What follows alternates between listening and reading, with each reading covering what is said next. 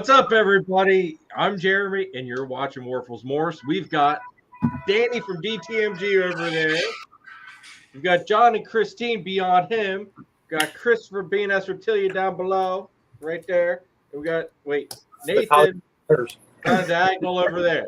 Really backwards. From Impossible Pythons. Look, I'm under John like usual. So you're a bottom, huh? Always apparently. That's what he keeps telling me. What do you mean he's got a shiny forehead? It's from all the noogie he gives him. Right? At least I'm not orange this time. Oh, geez. Orange or my head's this big. Oh, God. All right. Surprisingly, we've got 9 people in here. I'm surprised we've got that many people. I guess it's too windy. Nobody wants to go outside and brave the weather other than Danny. Danny has to go out and make sure his bartenders are taken care of for the Christmas. Jeremy, we're all in there too, so you have to subtract the 5 of us. There's really only 4 in there. Yeah. Shut up, Nathan. I was trying to. What happened? The Kai didn't want to do this show, so you got the other Asian in here. Danny, your wife said put your hat back on. We needed one of them. Oh shoot! All right, we've got Phil. What's up, Phil? Thanks for tuning in, bro. Old Devil, what's going on? Old Devil. Chris, we've got you, but we got Chris right here. I can never remember which way to point on this thing. We've got Scooters. What's up? Thanks for tuning in. We've got Nathan, but Nathan's already up here. Rob, what's going on, Rob? Uh-oh. We're in trouble now. Uh-oh. Good. We've got Mr. Woodrow.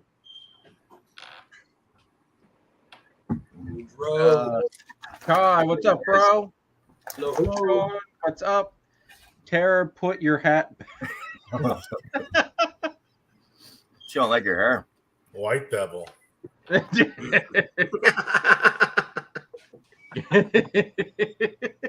You gotta brave this one. This should be a good one, everybody. I'm not gonna lie. Quiet. Poor white. Oh my God. 905. What's going on? Thanks for tuning in. Christmas. All right, everybody. I'm going to tell you this much right now. It's going to be a great episode. We're going to go over as much stuff as we possibly can within a 2-hour time frame. Obviously, Danny's going to abandon ship on us because we're not cool enough to hang out with Danny all night. Nope. Nope. So, Danny, we'll start with you. Tell everybody who you are, just in case nobody knows who you are by some chance, and we'll just go around clockwise. I'm Danny from DTMG Pythons, and you guys invited me here because I'm the only non-white breeder on this channel right now. And, just want to say thank you for inviting me to your clan party podcast. You have to be civil.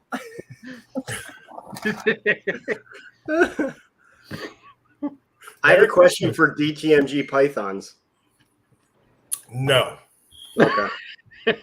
My question was if you owned any pythons, because all I see is geckos, but you just answered that. So. Oh, shut up. Snake swims downstairs. Right. John and Christine. Can you bring me another beer? Yeah, what was fun of me? What was that? Where we are, I gotta get the cat. Why did you get up and leave? Or the cat. I thought John was reaching for another drink or something. So early. Troublemaker Obi. Watch out. Make sure he doesn't drop the cat. I'm good right now. Go to bed. See, I'm good. No, John and Christine, tell us who you are. I'm your fucking wench. Thank you.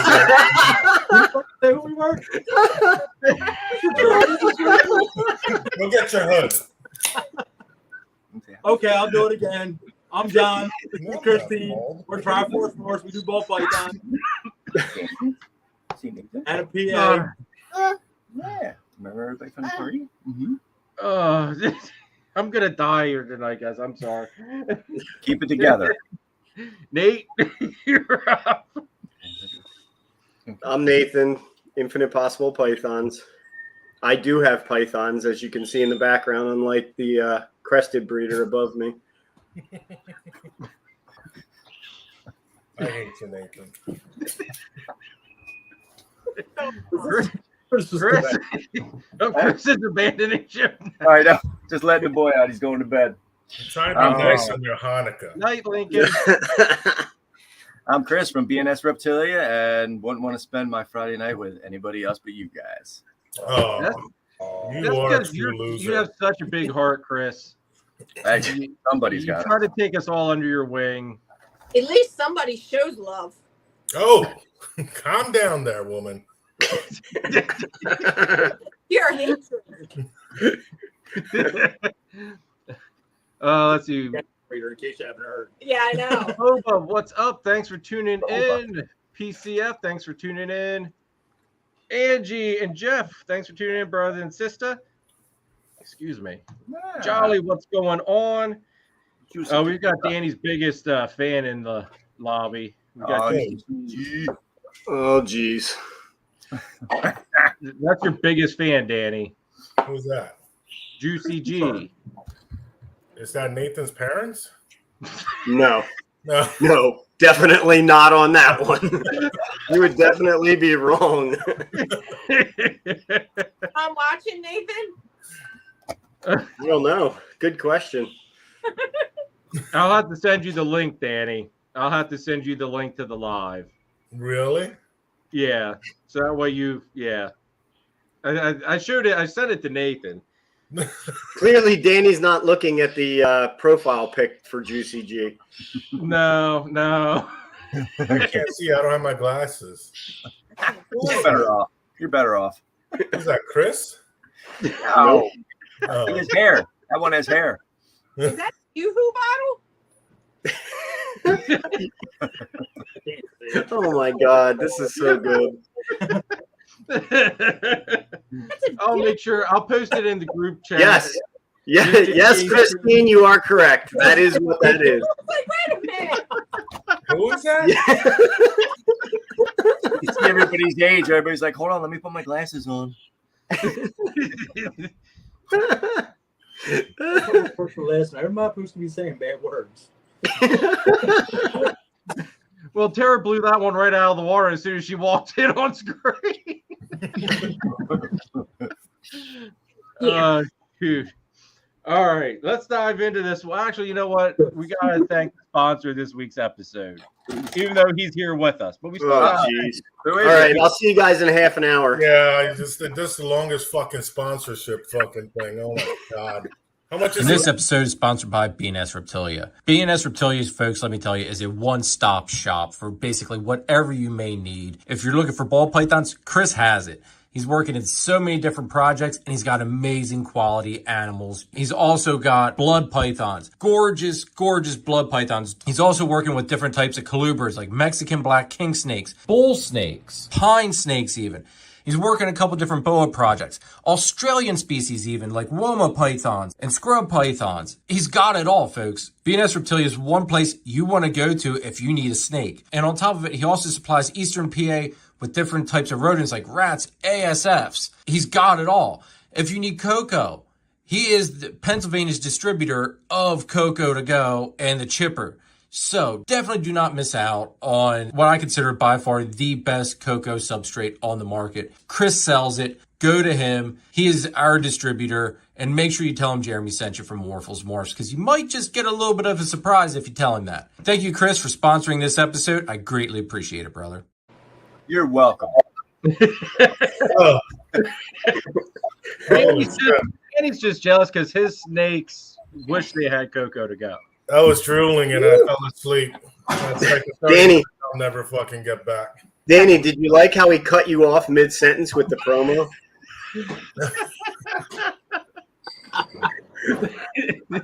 Jeremy, the timing was impeccable on that, by the way. In all honesty, it just kind of worked out like that. I didn't try. Don't you wish you could do that to Danny all the time? At any moment when he just starts going off, we could just turn on Chris's video. It's like an instant mute. Click.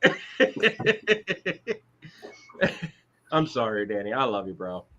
I wasn't paying Speaking- attention. What? Speaking of love, I still can't find that shirt, dude, that you gave me. I don't know what the hell happened to it. Really? That's the last run that I'm going to do with DTMG. So it's going to be all geckos from now on. So that was a limited edition. You lost it. So you're I, doing dude, I don't know what happened to it. I had it in the backpack. I remember seeing it when I got home in the backpack. And it went missing from there. I'm calling No bullshit idea on what this. happened to it. I don't know if Dom stole it, if somehow it got mixed up in the wash and Kara has it. I don't know. Did you check all your snake stuff? I did, dude. I even started unraveling my freaking tablecloth just for some dumb instance in case I shoved it in there. For I don't know why I would have done it, but I was desperate. Are you doing a January show? No, The No. last no. one? I won't be doing any shows until Gettysburg. Gettysburg's gonna be my next one. I don't have anything really to sell, dude. I've got 3 hatchlings. That's it, and the one I'm trying to wholesale off just because I don't want to have to sit on it. I see a lot of stuff that you could sell in the background. No. Nobody wants carpet pythons that don't want to breed. Mm. That's I have almost like one that Mr. I don't Geckos breed. with no tail. And of course, Danny just. But yeah, no, I can't get, dude. I've turned off all the heat to the snakes during the carpets during the night, hoping that that'll click them into gear. It's just not working. Do you burn mate them too? What's that? Do you burn mate carpet? You're supposed to have, like, you don't have to, but everybody I've talked to said, during the day, give them that heat source, but at nighttime, cut them off. Let the temps drop down into like low 70s, which is what the room's at ambient right now. It's like 72, 73. This Just might gotta be Yeah. a Give question. them time. What's that, Chris? Do you know for a fact that it's a male and female, or if they're not both female? Oh, no. They're male and female. Okay. Yeah, because I popped the male and got sperm plugs off of him. Okay. And the other one is female for sure. All right. Danny didn't sex them, did he? No. Danny sex his snakes, remember? During the show. Well, mine's a surprise. That's why I sell them so cheap. It's like, hey, it's a female. It's like John and Christine, when you don't know exactly what all extra genes you're getting. With Danny, you just don't know what sex you're getting. Exactly. Now, that's half the fun. Danny's snakes don't identify. Danny's coming up on breeding out extra genes. He don't know that's in there either. Oh yeah. That's the My best. snakes are it. They're like a transgender snakes. You can't call them male or female. What do you pour in there? A little bit of. Oh, did you drink that honey yet? Oh, that's gone. Nice. Yeah, I cracked it. That's big bottle, little bottle. That's a little one from you. Mm-hmm. What's up, Beth? Good to see you, bro. I will be on later on tonight, then, dude. Professional Cajun whiskey. If you don't, 95 says if you don't show your card to privilege with it not being. Oh, that's good. Nice. We're up Rob to is nice and 25. Barry White. Might have to, dude. Might have to. All right, let's jump into this since we've already killed it 15 minutes and Danny's got us on a tight time frame here. Opinions Oh, on look the at hobby that time. industry, the current market, how it sits right now. What's your guys' thoughts? Johnny Anybody Christine. I think it's going back to pre-COVID. What hobby are we talking about? Ball, Not yet. ball pythons, right? Ball python and reptile industry in general. All right. I think it's coming back down to where it was. What's up, Rick? Prices seem to be leveling out. Coming down to supply and demand, I think. Basically, the high-end stuff's going to stay up a little bit because it's harder to get. And stuff that was a dime a dozen, basically, a lot, whatever was made a lot, it's coming back down to reasonable pricing. So, Kind of just basically everything's kind of resetting to an extent. right. people are buying still. It's just they're not buying to say a past. It used to be $100 snakes they pre-COVID for a female. Well, then they got up to about $250 during COVID because people were just buying like crazy because everybody was sitting at home, wanted a pet, kind of whatever. I don't know what the deal was why everybody started buying so heavy, but now that people are back to work, don't have as much time for maybe this, and stuff's coming back down a level of where it was pre-COVID. At least that's my opinion on it. Like, Yeah, I would say it's a pretty standard market correction. I mean, I think it's what you'd see in a lot of businesses that went crazy. You know, nothing too concerning.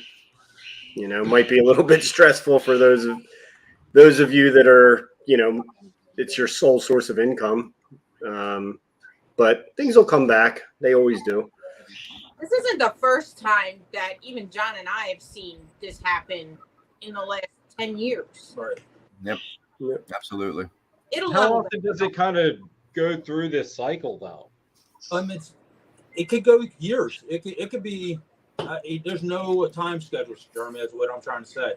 What I'm seeing is the easiest way to explain it is basically stuff that's easy to make is not going to hold the value of something harder to make. So basically, like I said, making a pastavi or a pastel spider or something like that, it's going to be a lower end value snake than a double-gene recessive that took somebody 10, 15 years maybe to achieve. So what was going on there for a minute is everything was up. It was absolutely bonkers how high price stuff got. So I enjoyed it. I'm sure we all enjoyed it, but it's everything what goes up has to come down. I didn't get to enjoy it at all. I had to spend those high dollar prices. Yep. Thank you. I think Danny's the one that raped me the most. What? Nathan took care of me. Shocking. I'm running 75% off sale. I don't know what you're talking about. Man. I'm trying to get out of ball pythons. If it doesn't have legs, it's 50% off. These aren't ball pythons. Yeah, it comes back. Danny, you said now's the best time to buy. Elaborate, brother. Elaborate. As you could see on Morph Market, you see a lot of snakes that you wouldn't find that available probably 6 months ago, and it's so much cheaper right now. It's if you are trying to get in or trying to stock up, now is time to buy, I believe. Absolutely. Yeah, I would agree. Yep. The proof is in the pudding, brother. Go to Morph Market. 50,000 snakes available right now on Morph I Market? think it's like 61, I think. Yeah, 61. I mean, well, that's including Canada, I think. and you see a snake that is listed for like clown breeder. Like, I never seen so many clown breeders for sale on Morph Market like today when I saw it. You know, ready to breed, like over 1,500 grand for like $1,100, $1,200. And I'm sure if you ask those breeders, like, hey, can you do $1,000 ship? I'm sure they'll give it to you for that price. Oh, yeah. You know, everybody's in a panic, dump right now. If you want to strengthen your collection, now it's time to do it. I know everybody, like you guys had said, like times are getting a little tough. Some people seem like they're like just jumping, they're abandoning ship real quick. Well, they weren't making money and they just overbought during COVID. They were way over their head. Now you're going to see a lot of people getting out. This is the time to skim the junk. Such a nice way to put it, but it is the truth. It is. What up, John? Thanks for tuning in, dude. For me, I know everybody's like a lot of people are saying, lower end stuff doesn't move. The higher end stuff's moving a lot faster than the lower stuff. I look at how I did at Oaks and at Gettysburg, and I did phenomenal, especially at Oaks. Like, Well, you're Oaks Jeremy blew from me- Morph, Oaks though. blew me Morph, so away. everybody's gonna buy your shit, you know. Me, nobody's gonna buy snakes from me or Nathan. Unless you try for Sir Jeremy or Chris. Fuck Comes that. down to search. What do you think me and Nathan are going to freaking crested geckos? But the crested gecko market's like seems like everybody's jumping on that. We're actually going to touch on to you guys and your cresties and your chihuahuas or whatever the hell that. Oh, that's all Nathan. I don't do chalupas. I was going to call it chihuahua. Delicious. Nathan's doing fucking double stuffed taco chalupas. What's up? Thanks for tuning in. Welcome for the first time. Virgin. Yeah, Uh, this is going to be a good this trip poor for guy. the first time. This poor guy shows up for the first time. Yeah, You that's sure he's wrong even here show. still? He hasn't checked out already? Still early. Poor guy. I feel bad. Sorry. Yeah. Well, Sorry in advance for anything Danny says. Am I muted? What? Let me run the commercial again quick.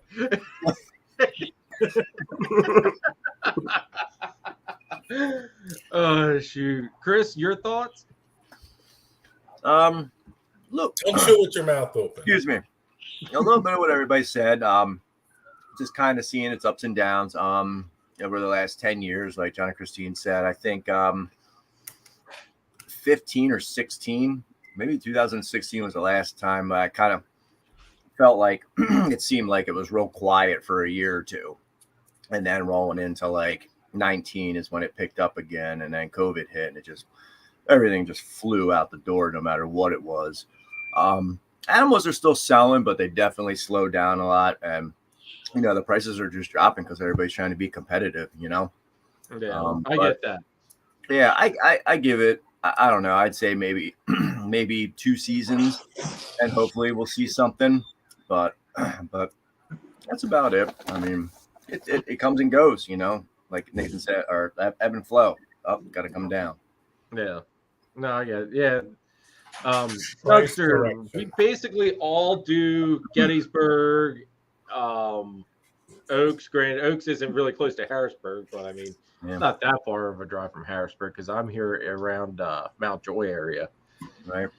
But Chris, you were at Lebanon show. I did Lebanon December 10th. Small show, not a ton of foot traffic, but it was all right. I mean, it was quiet, it was small, it wasn't bad, but just not a ton of people. Oaks was surprising, believe it or not. I'm curious to see what January 14th is like, if people will come out that much again. But I also want to check out like I don't know if it's the York 6 foot one. of snow. I do want to do. I would like to try York. That's actually where I picked up my Desert Ghost mail ad a couple years ago. York is at a hotel, right? No, it's at York Fairgrounds. Oh, where's that show that out of a convention center in a hotel room? York has 2 of them. Oh, York has 2? Sunday and the This Sunday, yeah. Yeah, that's the one I went to. One in a hotel room, like a convention center. It was a tiny, small one. Danny, you went to a snake show in a hotel room. Is that what you're telling me right now? Because that wasn't the same kind of snake show, buddy. It was a private sale. How I think of it, I was roofied and I woke up. Right. Okay. There's a lot of holes in the wall. Are you running a sweatshop back there, Nathan? Who's back there cleaning? Yeah, quiet. Slave Yeah, labor. so who do you have? When they're done cleaning, send them over here. He was so good last time. He was. I said, I've got tubs that need clean too. You got your own slave. Yeah. He's sleeping. Dude, You got Sleepy Dom. Dom doesn't want to do this crap. You kidding me? Well, you got to pay him, Jeremy. Yeah. Well, he doesn't even stay awake long enough to get paid. You know, promises only go so far.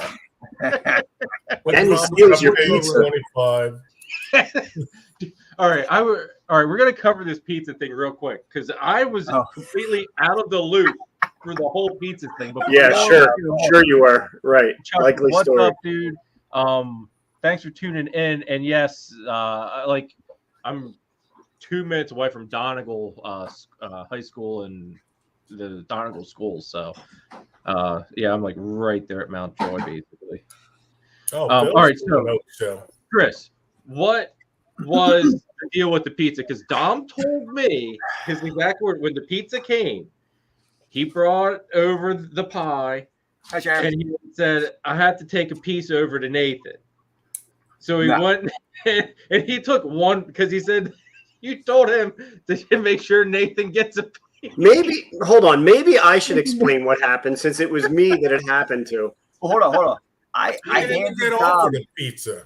I handed Dom the whole box and I said, this needs to go to Nathan's table. This is his pie. And I turned and went back to my customers. And the next thing I know, I'm talking to customers and Nathan's chomping on a piece of pizza. No. I came to you with no pizza because Dom delivered a single slice in his hand to my wife and said, here's your piece of pizza, and walked away. I gave him the whole box and said, this needs to go. So I'm not sure where the miscommunication Him and Jeremy ate the whole pizza and brought one piece to Sharon. That's what happened. I had 2 pieces. Nope. 2 pieces. Yeah, you forgot about the Asian guy. I brought the leftovers to John and Christine. They were supposed to share them with you, Danny. Nathan Bonus gave us pizza. He gave you 2 pieces. Yes, he gave one to you. I couldn't believe he gave it. Who ate them? I offered it to you, son of All right. So the one pie was. Well, then what happened to my cheese pizza? I don't know. Maybe that's where my shirt is. Your pizza in the shirt. All right. So the whole pizza thing was just a whole derailed debacle. Then from the word go, Especially for me. dominant shenanigans. Darn teenagers, all he probably heard was pizza. Everything after that was just done. It didn't matter. Unreal. What are you eating, Chris?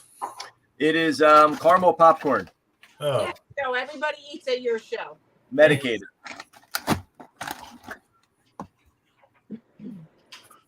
I didn't get to eat at the last Gettysburg because Danny didn't give me a ticket.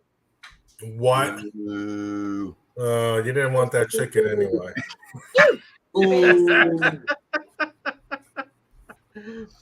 Because Danny ate it all. Chad, what's up, dude? Thanks for tuning in. Daddy. Like the chicken. Woodrow, give us the ticket. We'll take care of Jeremy. You're out, Danny. You've been so damn good. Or worker. What's the matter with you? You used to be Ken, my what's friend. up, dude? Thanks for tuning in. Oh, this is casual, all right. Oh, this guy- All right, Everybody's so- tuning in for the train wreck tonight, Jeremy. oh, dude, we're at 34 people, dude. I'm really surprised with Nice. all. Like, I mean, we've got a couple of other good live streams that pull a lot of people. How many back. people we have? 3? 37 now. Oh. See, Danny speaks, and just people come in to hear all the crap Danny has to say. Put Woodrow's comment up, his last one. Yes. Oh, yeah.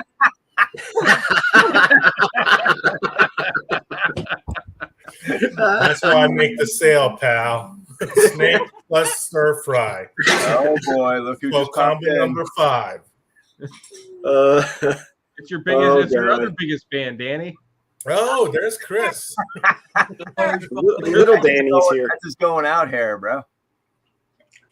Yeah, Danny's got to Danny's got to make sure he gets out there to make sure his bartenders have a very Merry Christmas this Hey, season. do you play a lot of pool there, Danny? Yeah. You hustle them? No. No? I don't believe in hustling. All right. I'm gonna have to come over some Friday night and we'll play. Okay, I'll play you for some shots. But this sounds like someone's going to get hustled. Just for Most drinks. people are trying to get something bigger or better. Danny just wants a free night of drinking. That's all. Nothing wrong with that. I'm just happy to be here on the Clan Party podcast. We had to keep the What, white diversity. woman? What do you want? Are you signing out already? No. Hi, Tara. I was going to say, Hi, it's only Tara. 40 minutes. Hello. Get away. I told them you're Asian. That's my maid. I don't fucking clean, so I don't know what you're paying for. That's fucking me. Go dust the living room. Here. Oh, wow. So done and not dirty. She is going to hurt you. Don't give me a call. Thomas, what's up? Phil says, Anybody ever seen an Asian murder on live before? That happened. I'm your boss. Get away from me. You're not going to get a Christmas bonus. Crazy maid. Wait, where's the scissors? Bathroom wasn't clean.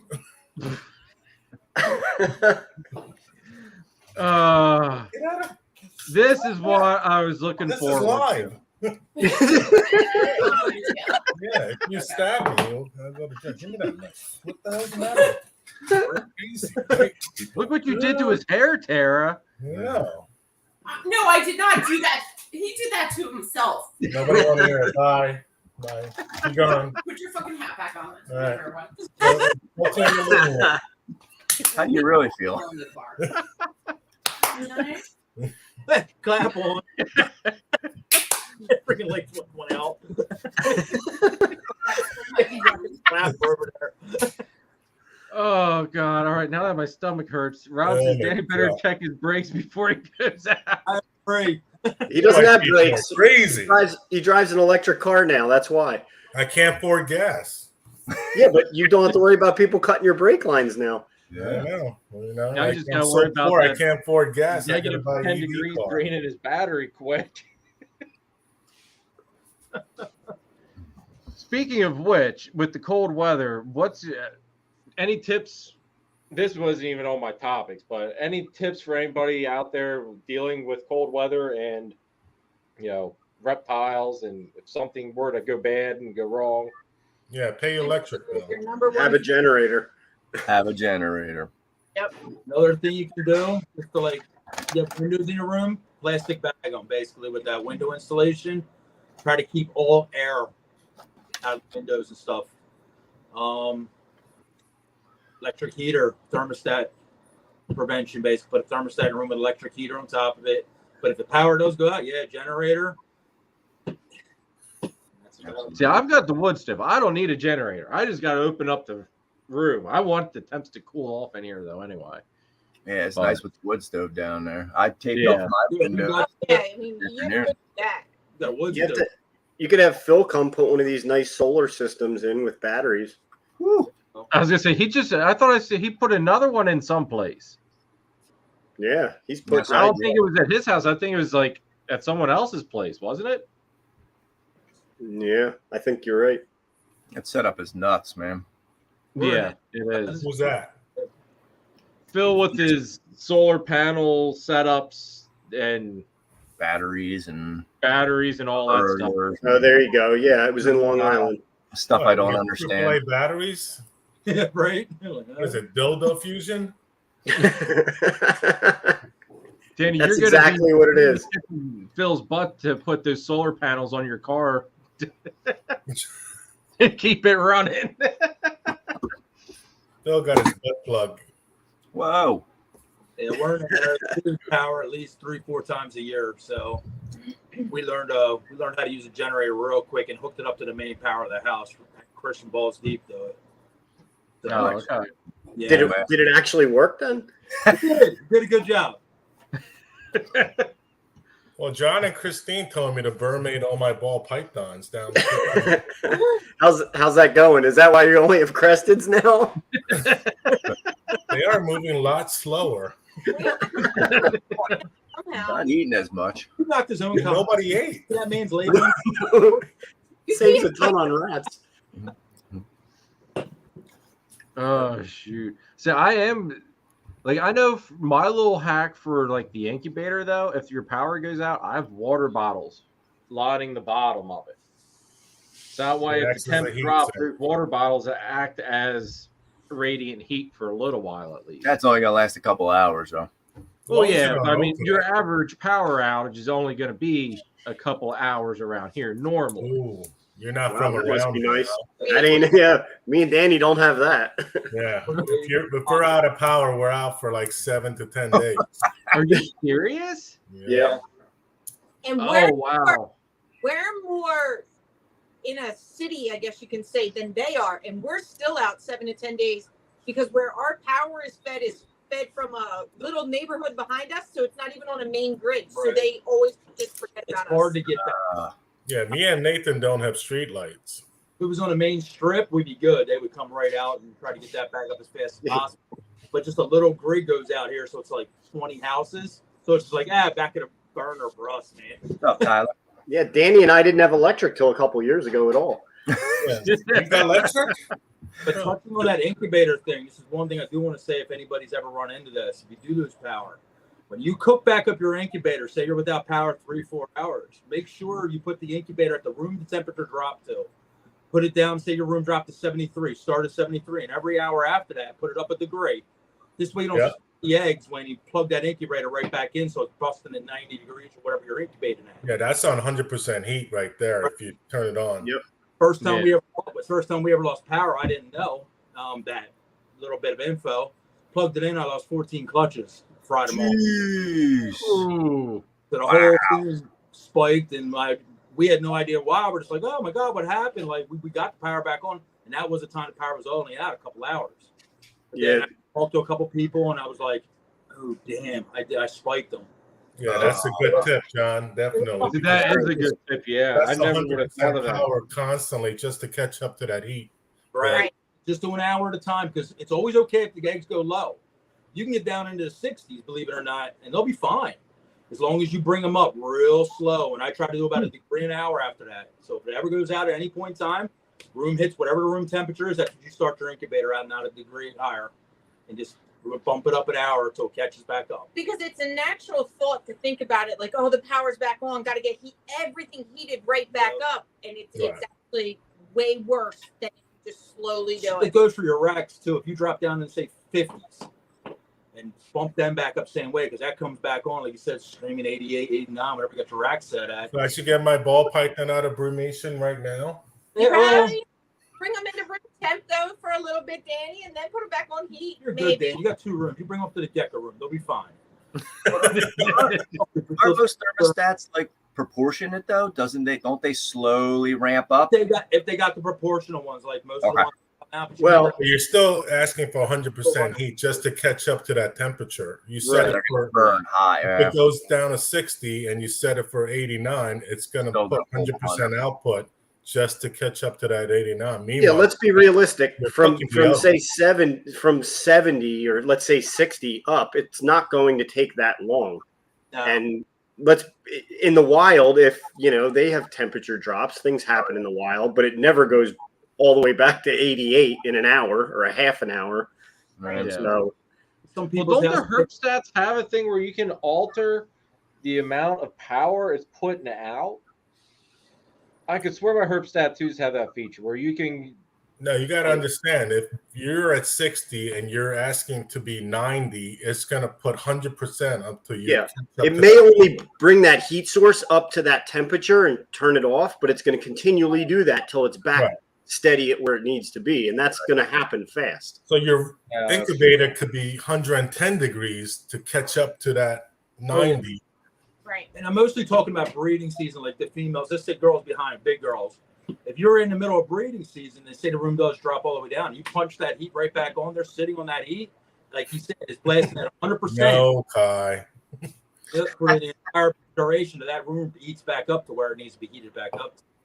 So it could be 3 hours, 4 hours to your house starts regulating itself back out.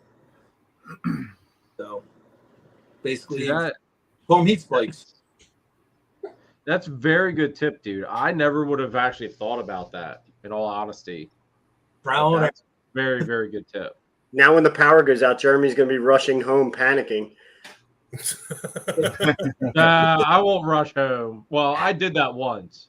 I've seen them come back. It was 4th of July, and I had a couple, it was like 1 or 2 clutches in the incubator. And Kara goes, "Oh, the power's out at the house." I'm like, "What?" She goes, "Yeah, the power's out." I was like, "Party's over. We're going home." We did. We came home. I just wanted to make sure because I didn't know how long it had been out for. So, like, we had been at the party for 3 or 4 hours already till she got the notification. So I wanted to make sure it wasn't out shortly after we left. Losing temperature's not that bad a thing. It's gaining. Spikes. Well, see, now I know this, but then, He rushed home and cranked them right back up. Well, the temp didn't really drop much, in all honesty. It was July. It dropped like a degree or something. But we do it for the other way too. Like if anything functions, I have like the Govies in all the incubators. They'll notify me that if it spikes, and I have them plugged into one of the Wi-Fi plugs. So if we're at Gettysburg or Repticon or wherever, I can remotely shut the incubator off so it doesn't spike. It's easier to put it back up than it's about a spike happening high. So I can literally come back home, okay, figure it out, bring it back up slow again. We have all our heaters, the incubators, all of it is on Wi-Fi plugs. Everything but the racks that I have heat source wise, I have on stops just in case they overheat. Especially the room heaters, like sometimes they get stuck. That's yeah, it gets sometimes, yeah. Yep. And nothing, like I said, any of this heating source stuff is not foolproof, especially little electric heaters, unless you got a thermostat hooked up to them. And then again, anything electric can always fail. So, yes, it can. Yep. So Hold on here. Hold on here. Wait. Oh my God, what's happening? Okay. All right. I wanted to make sure I was seeing that right. Okay. What? The helmets? John's got the Bo-Katan Black Series helmet. What? Buddha Pang? What? Buddha Pang. and he's got the Mandalorians. Okay. Which one is the Poo-Tang Pie? That one's Poo-Tang Pie? Are you going Danny right now? That's some nice racks behind you, John. It is, isn't it? Cool? Take that back. They look better with DTMG stickers on them, though. Took me about 2 hours to put it together. Yeah, I charge you extra for the DTMG stickers. Well, it took me How about long 2 hours did it take you to scrub Danny. off those stickers? It took me 14 hours to get the stickers off. So And a gallon of goo gone. they didn't come off the bed. But I could tell he got new stickers at some point because the old stickers or the new stickers, holy shit, they didn't come off. Really? They were on like iron. And the whole backing, everything. And then I had these. That's why my ears were ringing. You're probably cursing me out. Alcohol became my best friend. And rubbing. You're a painter. You should have got a goo gun, whatever. 4 days later, John texted me and said, "I got my rack set up. It took a little longer than expected." Everything was put together. All you have to do is stack them. Yep, it was just the decals. Took them 3 days, I think. Anybody watching, if you need to pick up a 5540 IRS racket, fits in the Durango. So Yep. We couldn't That's actually impressive that it fits in a Durango. The whole thing? the whole thing. Tubs it But all. make sure you load it before you start drinking. I will also say that. And make sure Well, we you drank one beer and one shot. And make sure you load it before Nathan gets there because Nathan was such in a rush. He threw all the light gray tubs in with the dark gray tubs. He's such a slave driver. He was a slave driver that day. He said, These guys they'll sleep on it all day. They would have been out there at midnight, wasted, loading the truck up. Who are you guys kidding? But Nathan, just think you could have filmed that though, and then you could have used it as blackmail. Right. Yeah, blackmail doesn't work with these guys. They're proud of that. I think he's got enough on us. Good luck out though. These are the dark gray ones to here, and then the light gray ones are under. So at least it wasn't Well, like you know what? I can't even tell. Yeah. I didn't until you said something. I said, yeah, now I see it. Now it's just going to bother the hell out of me. I didn't John. even notice. Trust me. It should I'm walking be. and talking to myself every time I walk in. Like, It should be 12 dark, right? Oh, he cursed Nathan. What did I do? kept throwing the tubs in the truck. I was like, Nathan. He's like, ain't going to get done standing here. He's like, cool. Throwing them in past it. So we're done now. The tubs are packed. What would it have changed? I don't understand. You would have still gotten home and had the same number. No,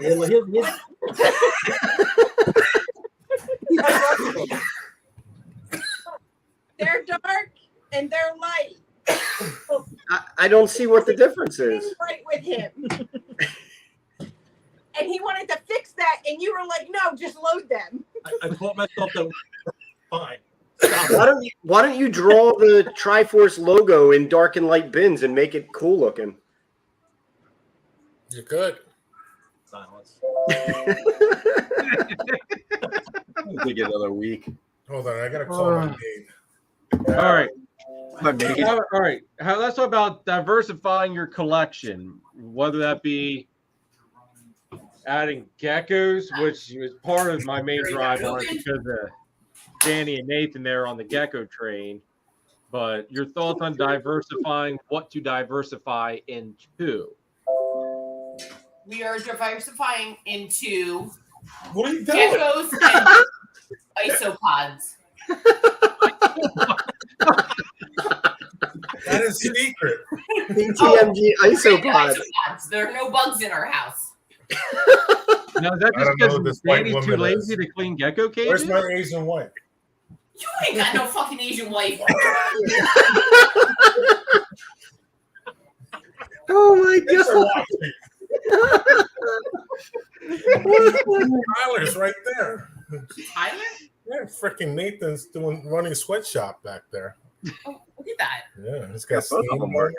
What is that steam? Is it your kid vaping again? That's a good. Sharon's beating Owen. She's beating the shit out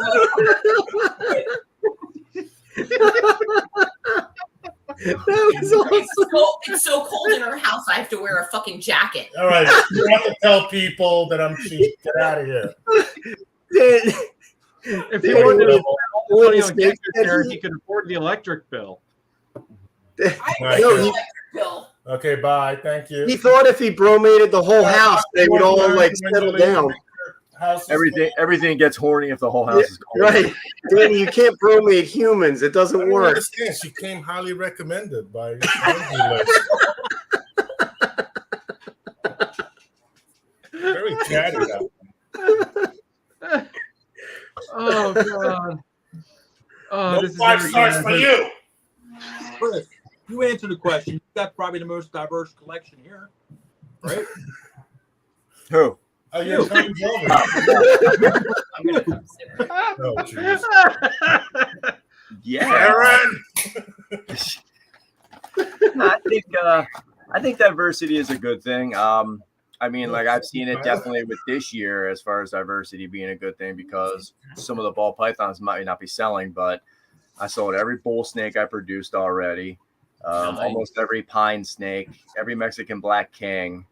They're not huge high dollar animals, but they did sell. So I think it brings something in. yeah, I think diversity is a good thing to have, especially like I said, with how the market happened this year, you kind of set yourself up so that you're not just pigeonholed into one thing. But I mean, I think it can go both ways, definitely. I like the diversity just because it keeps me interested in other things. I mean, I feel like ball pythons get to the point where like they're not easy, but you can kind of know what's going to happen. You know what they're going to do in this, and then a new species is always something different. So I think it keeps you on your toes. No, well, how is your boas and blood python sales and stuff? Not too bad. The bloods went. I've only got about 3 bloods left out of 9. So I mean, it wasn't a huge clutch. Oh, you're And then bleeding? what? Oh, what? The boas, I sold a couple of them, but I'm still sitting on probably about 15 or so amongst all 3 different litters. And I think that's because they're a little bit higher priced. I like to go always. I'm not choosy. Chris Don't does do not Angie's discriminate. Put your hand down, Chris. What? Christine.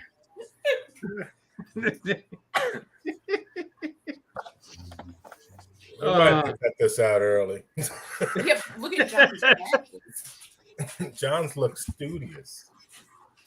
I had to see the screen because it's so far away. I just got these. Magnifying glasses. Double shot. Oh, Yeah, I finally got into the eye doctor. Oh, I'll stop hitting signs in the road. the sides of the broom. In the road. I can't see. I'm blind. I can't see the signs in the road either. I can't see far away. And basically, since 4th grade, I was supposed to wear glasses. Even on my license, I was supposed to wear glasses. Well, glasses I had hurt my head, so I never wore them. Well, finally got myself some new glasses. Looks good on you, John. Oh, thank you. Maybe you could check your prices now. It's right there, Chris. No, too high. Your head looks Danny, so how about you, dude? Sarah's laugh. It does. Look at how big his head is next to mine. We're live. Oh, speaking of big heads, whose hat did you send me home with that other night when we were there? What hat? What hat? Tara, when you told me, all right, you got to leave, you threw a hat on me and you kicked me out the door. I have a hell? hat. I have a That has to be one of Danny's. That is 2 inches bigger all the That's way around Danny's. my head. Yeah, Yeah. we have to special order those hats. Yes. Did I throw? I really- Thank you for the hat. Really? Yeah, she picked it off of the basement door and was Yep. like, "Way to go, That's Bruno." Danny's. Pushed you out the door. I get home and I'm like, where'd I get this hat from? Those are custom hats that Nathan charges me like $99 for. Dude, I have to order them from the giant person store. What do you want me to do? You have to call Korea. Korea is the only one that makes them this fucking No. big. He is not like any other Korean, trust me. No, not at all. Are you cutting this out? This is not live, right?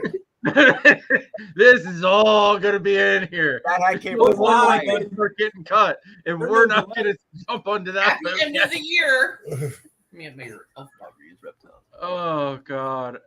So Danny, diversifying your collection. Him, John, you. or whoever you spell it. Oh, Whoa, look at that time, Tara. It's time You got Oh, 6 minutes.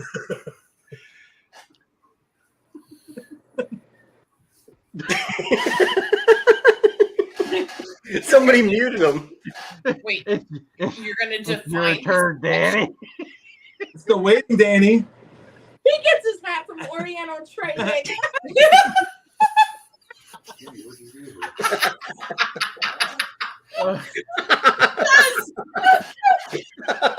Who's Woodrow? Who is that? That's where all your snake bins Oriental trading. The snake bins came from there. You don't know who Woodrow is, Chris? No. Mm-mm. Yes, you do. You just don't know his alias. Ah. Yes, Oh, it You is. know Woodrow. You know Woodrow. Who's that? Woodrow. Who is Woodrow? You guys have got to be Oh. kidding. Look at it. Woodrow. He gets his hats from Oriental Trading. This is why we don't do Friday Night Live. How do we go off topic here? Let's go back to topic. Come on, Jeremy. You're Get it supposed to be together. talking waiting about on you you. diversify. We're waiting on you, Danny, to answer that question. What was the question? Diversify. Diversifying your collection. Yes. In a time of depression that we're in. Yeah. Depression. You got to go with geckos and diversify to bugs. All right, but what made you want to jump Isopods. into the Cresties and stuff? What made you pick Cresties out of Chihuahuas and anything else? Chalupas? Yeah, between Chalupas and everything else. in the Chalupas are crunchy taco from Taco Bell, buddy. I don't know. I go with no, it's something different. Just ball python bought all this. So it's just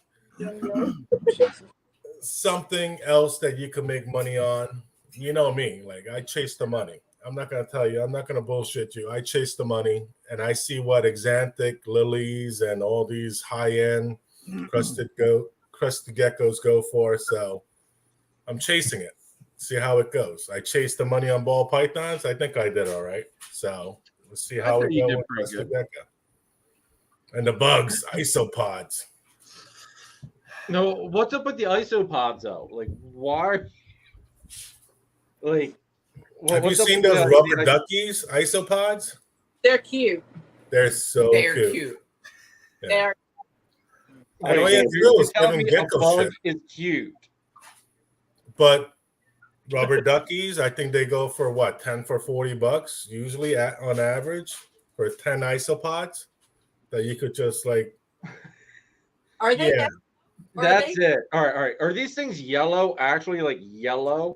Yellow tip with the eye, like 2 dots in the front, like rubber ducky eyes, and yeah, it's isopod. It's roly poly. That's it. All right. New game come the breeder's barbecue.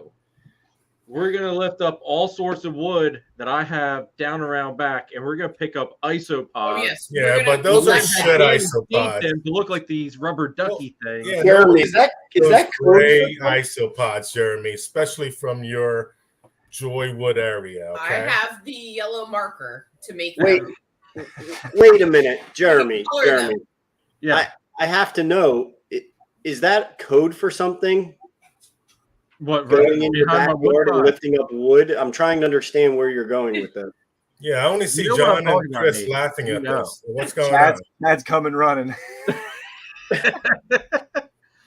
What's up, Ledka? Let's go. The dog. Oh, yeah. Yeah, I'm pick up the dog. But no, that's what we're gonna do now. We're gonna go look for isopods next barbecue. Might as well. Woo, can't wait. What in the world is? Oh, Danny's getting. The dog. What the hell's Danny Bull? It's my big isopod. He's worth a lot of money if we didn't get his balls chopped off. You're lucky we stop eating dogs here. Bye. Good night. Pat wasn't so lucky. You better be good, or I'll eat you. Oh, Damn it. No, he did not. but is there any reason you went with the Cresties though, Danny, over some of the other geckos that have a big name, or even like, aren't bearded dragons a big thing too? Yes, they are. Well, this is Tara's project, so I'm just leaving it alone to her. She's gonna do everything with Krusties. So we'll see how that goes. They'll all be dead in a week. Yeah. Well, you said No, you I've took kept them alive. She kept 2 air plants alive and thinking that she's got green thumb now. She's like, oh my God, let me buy more plants. So are you doing the? Succulents. I got some cuttings. If you need some, let me know. Of what? Plants. She needs more. Do they need dirt or air? They need I dirt. can't do dirt. they like dirt. Those plastic plants. I do. I will. Oh, they like dirt. I'm the only Asian who can't keep bonsai tree because of this white woman. It married me. Oh my God. It's 9:01. Good night, guys. It's 9:01. We have to go. 9:01. You got an hour of the. Cut it out. I'm Asian- going to leave you a bad review on Angie's list. No dusting, no mopping. Horrible. Interrupted my live. Tina, bite her. All You can bite her. right, Nathan, your turn. I don't know what I can even add to that. You can't add anything. Right. Exactly. I'm pretty sure that's it's completely been answered at this point. Okay. I'm dialing 911. Oh my God, Danny. It'll take an hour for them to come Blizzards, here though. because we live in the middle of fucking nowhere. Did anybody else in this chat just get the text from I did. Quarantino? I did. Please tell me everybody got it but Danny. What? Why wasn't he answering them? What are you- Oh my God. Forward it to me. I want to see it. Hold on. Hold on. Let me. Oh my god, I love the hair. Yo, go to the one after that, Chris. The one after it's even better. Oh my god. There we go. Oh my god, you rubber duck. Oh God. Bill says isopod tongue pap. He's quick Oh, with those memes, God. man. Oh He my is God. very good. He does not waste Oh, any that was time. funny. That was good, Personal one Chris. to That was Facebook good. Messenger. Oh, now that my stomach hurts. What's up, Charlie? Charlie. All these people tuned in. They thought they were going to learn something about reptiles. Yeah, I know. Oh, this is what it's about? Sorry. Friday night. They have learned zero about reptiles or the business. How not No, to do that's not true. John taught us something really early. After that, Yes. it all went downhill from there. Though. Thank God for John. What's up, Kemp? Because I didn't drink anything good tonight. You didn't tune in early, you missed it. John's throwing no drink for December. Uh-huh.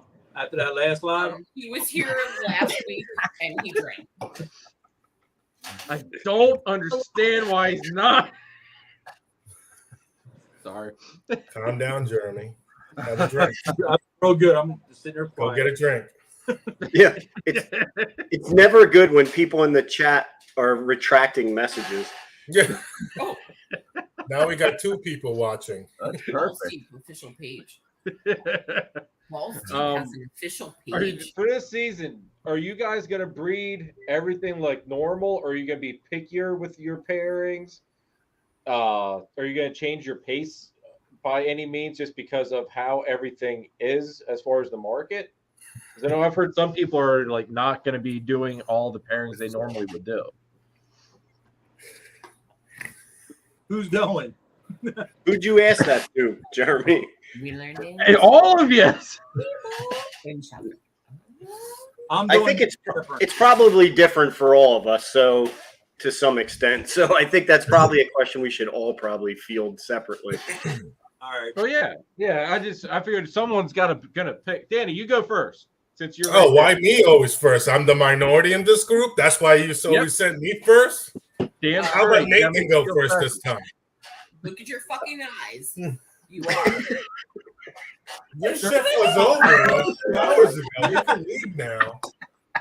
Jeremy, you're a glutton for punishment. 1 star on Angel's list. Bye. Well, he's part of the clan. Well, you have to be smart this upcoming season with your breeding. So you're not going to make anything that it's like. If you think about it, if you're doing your project, now it's time to do all your heads and quad heads, triple heads, but you want to make all the visual to sell at the shows. So nobody's going to buy hats anymore. You know, it's you need visuals and you need something that pops to sell at the shows. But if you want to do your project, now it's time to do your projects because supposedly nobody's buying snakes, but we can't keep them on a shelf. agree to a point, but I should disagree with you a little bit though, because people will still Christine, you're breaking up.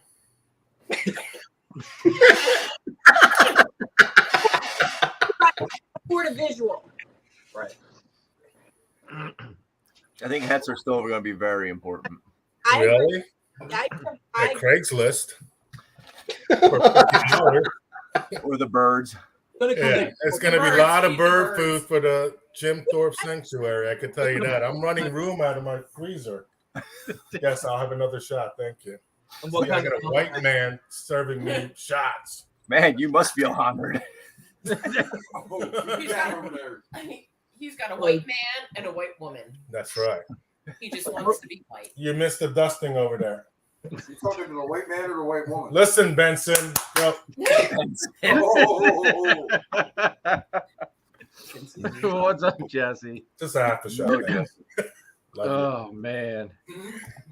Pets are going to be important moving forward. Like, you just can't usually walk around and buy a blackhead, Mojave, yellow belly, red stripe clown.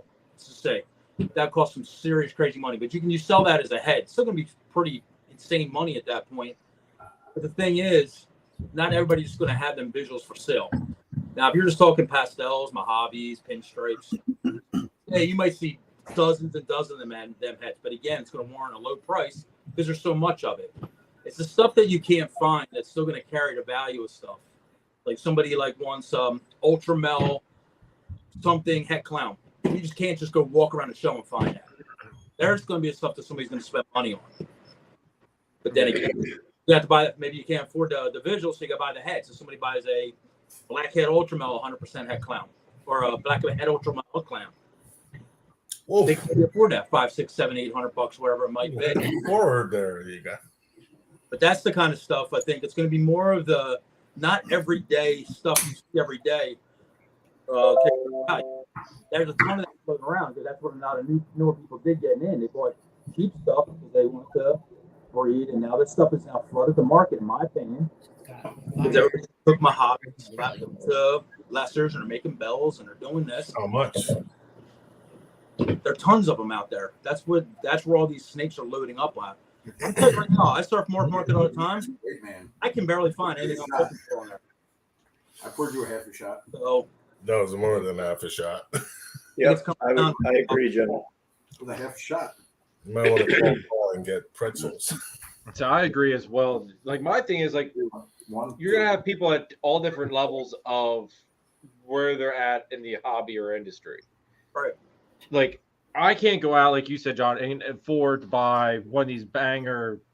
Like for instance, we'll use one of Danny's Batmans. I can't go up to Danny and like, boom, I want a Batman. Yeah, especially at his Good. prices. But I'll owe Danny my soul. right. Well, you can go to coupon, and my coupon's still valid. But that's exactly like you're saying. Nathan loves Danny. Buy snakes Type now. it To make a red stripe, yellow belly Batman, they're going to buy a head way before a visual if they're starting out, especially because a lot of people are very scared to buy a $3,000-$4,000 snake, especially not really breeding yet. They don't even know if the snake's going to live, let alone breed for them for $3,000-$4,000 versus a couple $100 snake. They have to learn to, whatever, bring it up, feed it right, make it fair and all that stuff. It's a very big responsibility to spend, drop a lot of money on one snake, not knowing. So, like I said, there's a snake for everybody out there. Like I said, it doesn't matter if it's a $25 snake or a $10,000 snake. We all I like Rob's comment here. Danny loves owning white men. Oh shoot. Jesse says if you can care for a normal, you can care for a Batman. It's not the care, Jesse. It's not the care. It's the price tag to get the Batman. That's the focus point. Everybody's got Danny's Batman except right. Every snake What? take the same care. That's a Danny, why are you pointing at me? no, I'm Nope, pointing okay, at Chris. You're pointing I'm in over the here. wrong. You're pointing. There you go. A lot of people might be on doing it. Well, Well, my screen is. I was I'm gonna say pointing on at our Chris. screen, it's Chris is over there and you're over here, Nathan. Yep. hopefully You're right. you wouldn't strike me, but I think Batmans are overrated.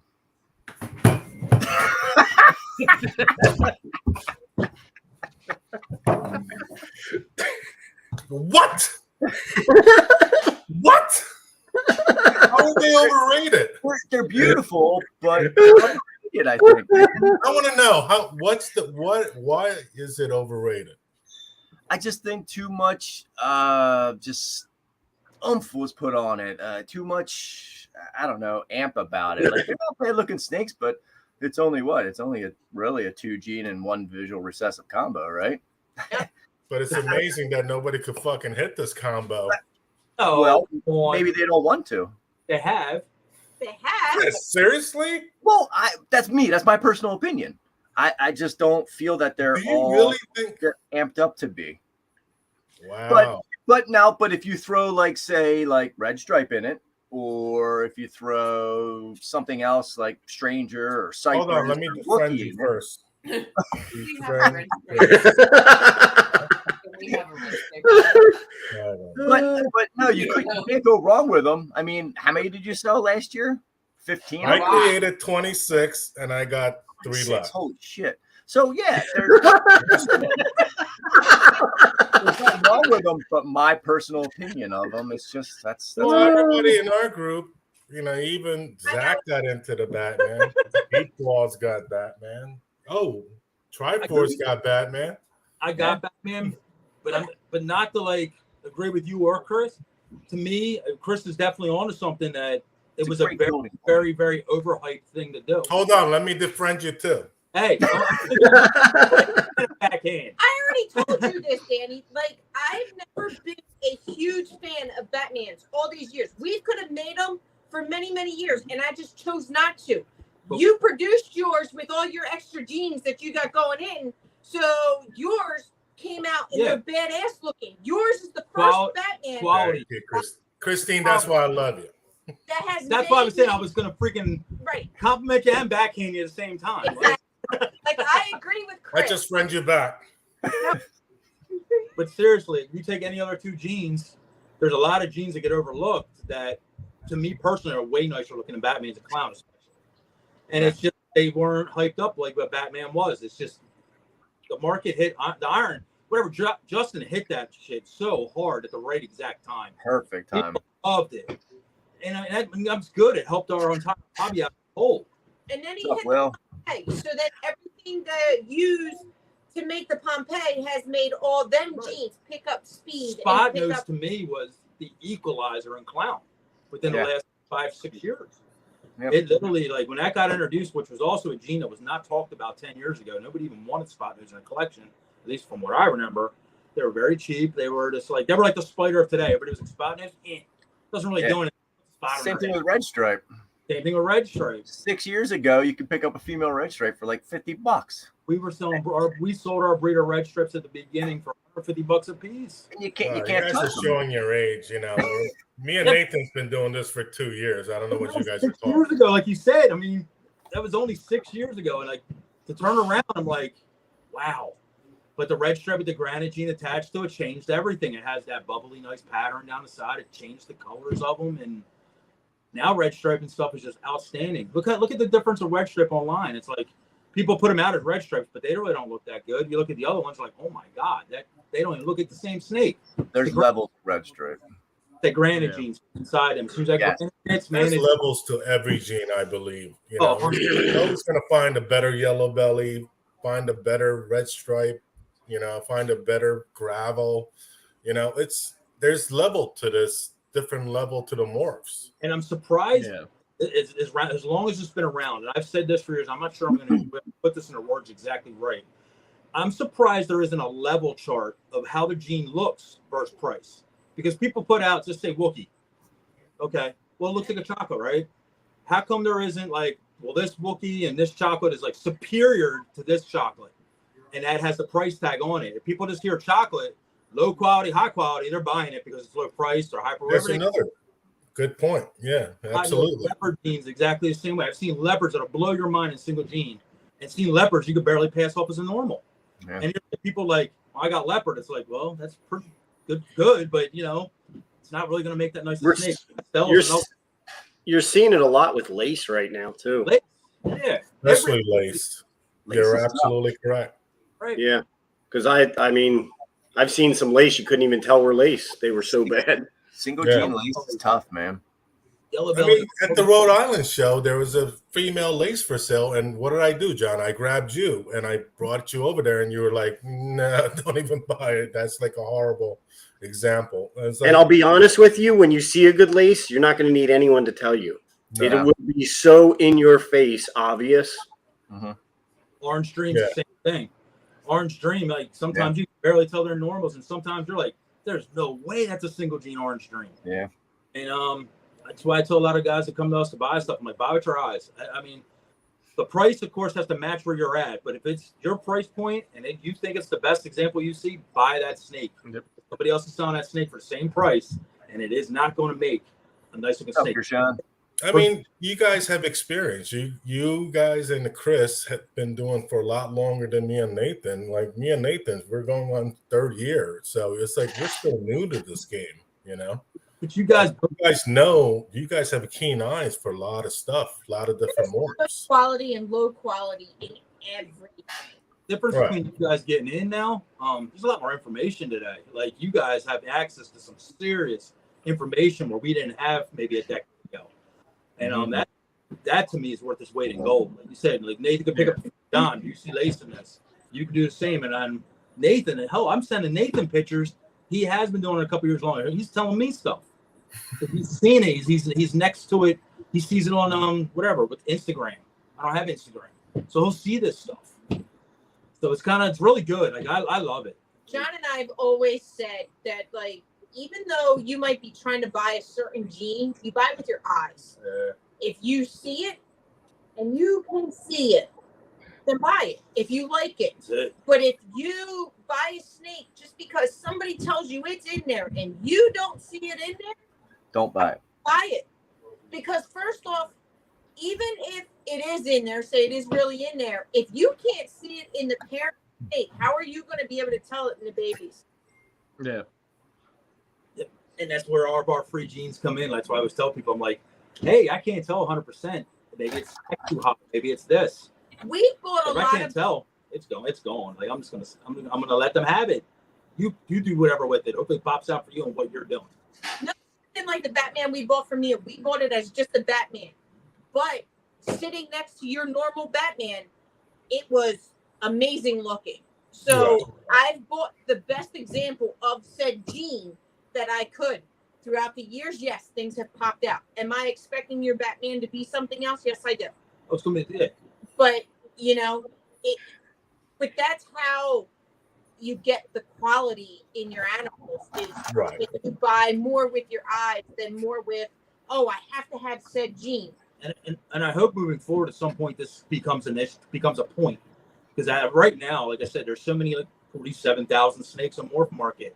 There's such bad quality ones and there are good quality ones. They're all priced the same damn price. Like so many mislabeled too. Yeah, and mislabeling. Exactly. So then you basically just say there's 15 to 1 snake. Well, 12 of them are this mediocre whatever. 2 of them are awesome. Everybody thinks now the notion, well, this gene's dead right now. It's going down. It's worthless. Well, no, that's bullshit. That's not the case. These aren't even what they're saying to be. So literally, buy with your eyes and freaking this shit will all come back around. At the end of the day, quality sells. The shit's gonna wean down, whatever, it's gonna phase out, but quality will always sell. The only thing that separates people at one point is the quality of what we're. Shut up, white woman! Quality, not quantity.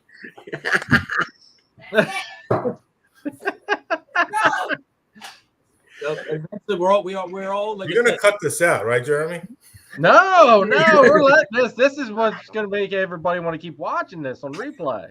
So we're all. We're gonna. What other Make me business? want to eat my bullet and I'm making it into a cherry cobbler. Okay, go ahead. What other business you could really go in that you're all friends and you're all basically selling the same product. They're basically the same area of people. It's about the quality of snakes and what you're doing. And let the people decide what's the best quality they want to buy. Buy that snake. If it appeals to you, buy it. Yep. If it don't, go to the next guy. But like I said, the values will level out in a lot of this stuff. It's all about people don't have and what they want to work with. And the easy stuff is becoming cheaper because it's been around forever. And that's all there's to it. Pieds, clown, single genes. I'm really interested to see the Oak show, see how that goes with all of us. Yeah. Absolutely. I'll have to come down and hang out. Maybe I'll bring 3 snakes down and throw them on somebody's table. Bring some Yeah, pizza. Jeremy. Like, I got 4. I got 4. we always All have right. extra Calm rooms, down. but you're more than welcome. Just don't put it on my table. Put it on Nathan's table. Got at least 4 tables you can hang out behind. But look at Danny. If I do that, that means Nathan gets pizza. Yeah. Do I though? Do I really get pizza, Jeremy? 9:30. We got We 8 will minutes. because we won't. 8 I won't minutes have till Tom with Danny me. leaves. Jeremy will be behind our table because Jeremy does Up, get Jim. pizza, unlike everybody else. It's 8 fucking minutes. Jeremy doesn't what? Jeremy gets the pizza. Oh, do you? I never got pizza. I never got No. pizza, Jeremy. You clocked out like 2 hours ago. Bye. Yeah, I'm going with Carl. Actually, it was Chris that got 4 the stars pizza. on Bye. I Andy's just list. contributed into the pot of for the pizza. But Phil will be there. Yeah, if you want me to fucking blow you later. But back oh, to nice. there's so many people that are whatever they're going to breed less this year. We're still going to do what we do. I'm going to breed whatever takes, whatever. If it's cheaper, I'm going to wholesale it. If the prices are cheaper, I'm going to say it. I'm going to sell it cheaper. I'm going to follow the market wherever it's at. I'm not going to sit there and hold $500 animals when everybody's selling them at $200. At Drive my car, I'm taking that yours. point, they're $200. Not worth it. Yeah. You do remember we're going to drive 5-speed, right? Is it a stick? Yeah, I'm honestly for me, I have projects that I am starting this year that I'm somewhat thankful that the market isn't going crazy because I don't have to be stressed about the animals I'm going to need to hold back this season and next season. So Killer stuff you're going to be working 7 with. minutes, This I'm leaving. yeah, and it's nice to not have, I'll still produce plenty of stuff this year to sell on Morph Market or shows, but if I have a dozen, 2 dozen clutches, I'm okay. And if I have 30 clutches, 40 clutches, I'm okay. I'm not stressing over. I'm certainly not changing what projects I'm working because of the market. How about you, Chris? Well, I don't know if I'm going to go quite as hard as I did last year, but I think I'm definitely going to continue to focus on the future projects like I did the last 2 years, more intensely the last year. But I definitely think I'm going to be a lot more mindful of what I pair just because of all the other things that I have going on. So with the ball pythons, I'm going to be pretty selective, but that's just because I have boas, I have bloods, I have pines, I have bull snakes, I have other things that should, or I know did sell this year. I would assume they're going to sell next year, but I think that's, that right there kind of helps relieve some of the stress of having to breed 60 females that I have available. I might only do 30 again this year, or who knows? I mean, 36 was a lot last year. So I think you should go for 60 because we can still see you over the bins behind you. Yeah, pretty soon it's going to be racked up. Right. I know. know. Chris has snakes back there on the other side of those bins somewhere. Owen is the best. it is ridiculous. These guys are zombie man going zombie. And he's already What is he doing? That's like the second or third time he walked around, but I apologize. is he He's working. lost? He's not doing anything. He thinks he's funny, He's lost. He thinks he's funny. He's got glaucoma. Well, Now, are you guys he's really gonna breeding come around with everything the that stick you thinking he's could force breed fighting next something during season? the clock. What the heck did you guys just talked over each other? Yeah, I have no idea what they said. No Where's clue. Danny? I couldn't hear Jeremy. So I got 4 minutes left, so make it All right. good. Let's answer this question here real quick. All Bad and Bougie Reptile said, what about Codom combo 6 or 7 gene without recessive genes like hypo for like 200 and a freeway for 500? Why not keep stacking Codom combos? Go ahead, Danny. Well, let me tell you something, pal. With the freeway, you're talking regular freeway, female or male. Male will be what, 150? at the most at the show. Female, Maybe a 250. little more. Yeah, I'll keep it. I sell it for 125. I'll undercut it. And 6 or 7 jeans. There's no fucking way that you're putting 6, 7 jeans on top of the freeway. Otherwise, you won't sell it. 6, 7 jeans? Yes. I think he's comparing it. I think Rick's comparing a 6 or 7 gene animal to something like a freeway. No, there's no comparison between 7 gene animal to a freeway. Freeway is a dime a dozen. You know? Oh, yes, sorry, Ash. See, I'm taking the question as I am gonna essentially why not breed combos where you're stacking a crap ton of genes as opposed to just working like the recessive stuff is how I'm kind of taking it. Maybe I'm looking at it wrong. You could have 2 gene animal that sells well at the show without, having like 6, 7 gene clown that you won't sell at the show, That's where it was heading about 5, 6, maybe 7, 8 years ago, whatever. People were stacking codoms on top of each other, stack, and that's what everybody was doing. Recessive was too expensive for a lot of people to get into back then. Clowns were 10 grand and Hyde, same thing. They were super expensive. So people were taking the Mojave, the pastel, the yellow bellies, the pinstripes, spider. They were stacking them all on top of each other. But what was happening when that was going on? They're making out mudded out messes is basically what was happening. Pewter, just say a pewter, right? Everybody knows what a pewter is. Pastel, cinnamon, pastel, black, pastel. Well, if you still put Mojave on top of that, it just makes a light version of a pewter. Now you put pinstripe. Now basically the pattern goes away. You put yellow belly on top of that. Now the pattern's scattered and kind of yellowy. You put another gene on top of that. Who knows what it is? Lace. You don't even know what's in there at that point. So as soon as you go too deep with genes on one snake, it becomes out a mudded out mess. Certain genes. Certain genes. Right. But if you have 6, 7 genes on top of each other, you're not gonna fucking know what the fuck it is, and you're gonna send it out for shed. And these idiots don't even know what the pied and the clown it is anyway. What the fuck? You send this fucking shit out, and they fucking come out as, oh, it's not pied. Oh, really? Fucking produce pied assholes.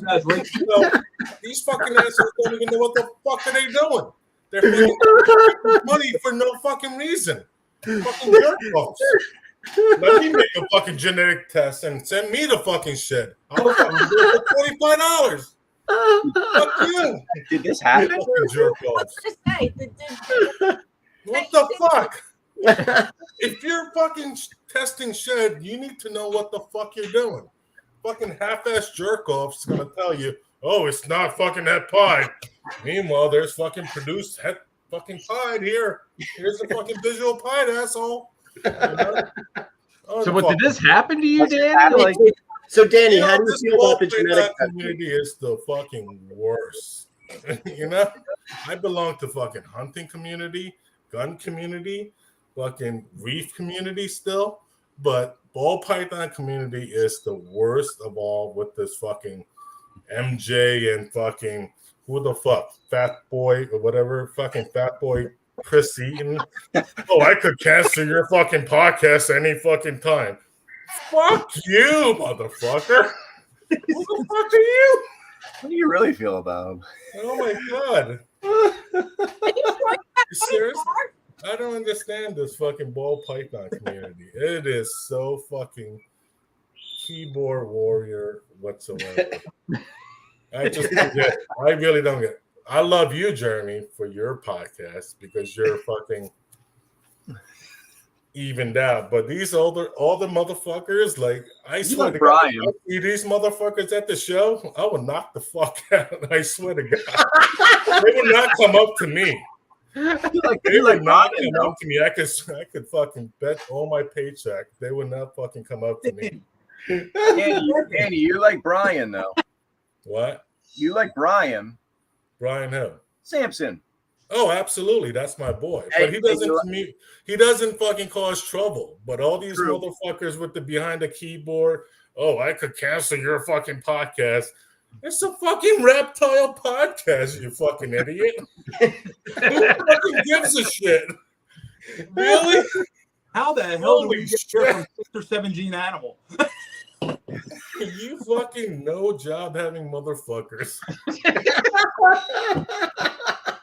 Holy Hey, I'm shit. just on winter break. I have a job, all right? I know you do, but I'm not talking among us. But like when I listen to other podcasts, and I'm like, holy shit, you really got to kiss these two motherfuckers to get on air. Oh my god, I wish these motherfuckers come up to me. Well, I'm glad I'm I in your won't even good fucking graces, punch him. Danny. I'll fucking bitch ass slap him. I want to make sure I'm there. I thought Shannon was doing the zombie thing now too. He's hard at work. Sharon, I mean. I thought Sharon the was ball doing python community has the biggest keyboard warriors. Like, honest to God. It does have some, yeah. I totally Because in agree. my gun community, nobody talks shit. Because they all have guns. Never talk shit in They the all gun, guns. gun forum. Oh my God. Everybody's like, right to the point, yeah. Nobody argues. Nobody fucking bitch slaps anybody. But all Python community, holy shit. What a pussy motherfuckers. I never seen the biggest pussy motherfuckers in the ball And he's gonna be on 50 minutes late. ever. 23. So, Would you decline that? so Jeremy, to answer your question, what sent him off is yes, a lot of people have been getting their shed test back for visual animals, and they were coming back negative. Oh shit. Yeah, I hear okay. about this. At least they got the results back. I was gonna I'm say, still waiting on my speaking of freaking getting them results. back, I would not send shit back to those fucking idiots. All they Well, doing as is long as fucking it's taken, getting the I'll- shit and I'll never fucking find doing the out. little girls are going. All right, negative, positive. All right, we got your $75. Really? Come on, get your shit straight.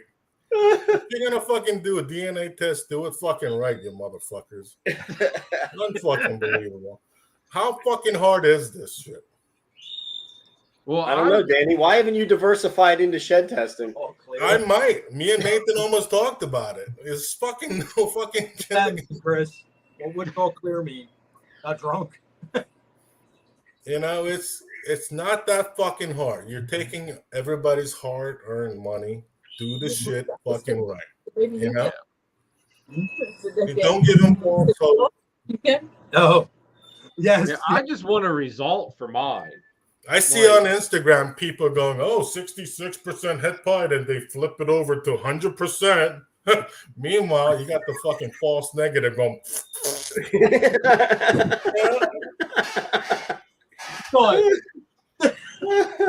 Genetic testing my fucking ass. Go. What's your boy Justin think of that? Huh? What's Justin think about that? Well, you know what? I wouldn't buy shit from Justin that is 66 hit percent because that motherfucker tested all his fucking heads. Now he's putting it at 66%. Fuck that. I will 100% agree with them. Bigger guys don't be. Yeah, they fucking tested all their shit, and now they're selling shit at 66%. Like, they know. They getting all that shit tested. That's anything. Yeah. Them. Oh, I didn't test this shit. It's 66%. Seriously, you had this shit all tested. Like if you want a Mojave head clown off him, yeah, maybe he's not going to waste the money to get that tested. But like a Mojave acid, Hetman's. Come on, you guys are all smart. You guys are all better than that, you know. Yep. Well, I look at it this way. I'll know, hopefully, what that yellow belly or asphalt I got from Nathan is before the shed even comes back. If you want, I'll send you a result sheet. I'll send it when we get off tonight. Yeah, Taylor fucking writing on crayon, going, yes, belly. Yeah, save yourself $5. No. That meant boy still has locked up with that girl from you, Chris. Like he has they just lay there with each other. Like I think I've got a few that I think are maybe going to take the year off. I think your girl's one of them, maybe. It's still early, man. Take a year off. That means you failed. You are impatient, Jeremy. You need to take your time and relax, bro. It is early, man. Wait a minute, Jeremy. Wait a minute, Jeremy. You have an ultrasound now, right? Yep. Did you ultrasound that snake? Yep. Does she have follicles? think she's at like 7. 7. Seven, So like resting. resting. She's at resting state basically. 7 is shit. Why are you stressing out over her not going? Back this shit up. When did that snake lay last year? I don't know, Chris. Hold on. This is the easiest No. way to freaking know if that Hold on, snake's it's gonna be a minute here. Yo, John, she laid in December. He's stressing out over here. That's the moral of my story. Now I forget what you did tell me, Chris. Hold on, I'm working on it. Sorry. I get I this. texted it to you. Did you text it or was it? It was in your message. What's it called? Instagram. She laid on May 19th. Okay, I was gonna say, I think He's it's right called on track. Instagram. He's right on track. She He's is right on track. All right, well then maybe it's Nate's boy that's faulty, not wanting to work. Wow, you You guys don't keep fill in records? anything by February. That's even pushing it. She should be breeding. Breeder now, like late February, you start still seeing nothing. She's hanging out still around 7. But then you can start being like, I don't think this girl's gonna lay. Or he doesn't want to breed her. Right. One of the two. But as of right now, I would not even think to sweat that right yet. Even I don't February. even I'm not care. really sweating it. I was just more giving it a hard time. I mean, it's. I've got. You give me a beer, Gavin? I don't even Yeah, pair they mine can till go they're past 13 30. millimeters. I'm not even like 6 millimeters, 7 millimeters. I'm not even pairing. I'm not pairing on 13 You to don't 15. fucking pair till 18 millimeters. I put that on the rock, John. About 18 millimeters. You stop pairing after fucking 24. we pair Wait, snakes wait, to wait. spark. They usually can start building follicles after spark breeding. I pair them when they're ovulating. I haven't made any eggs.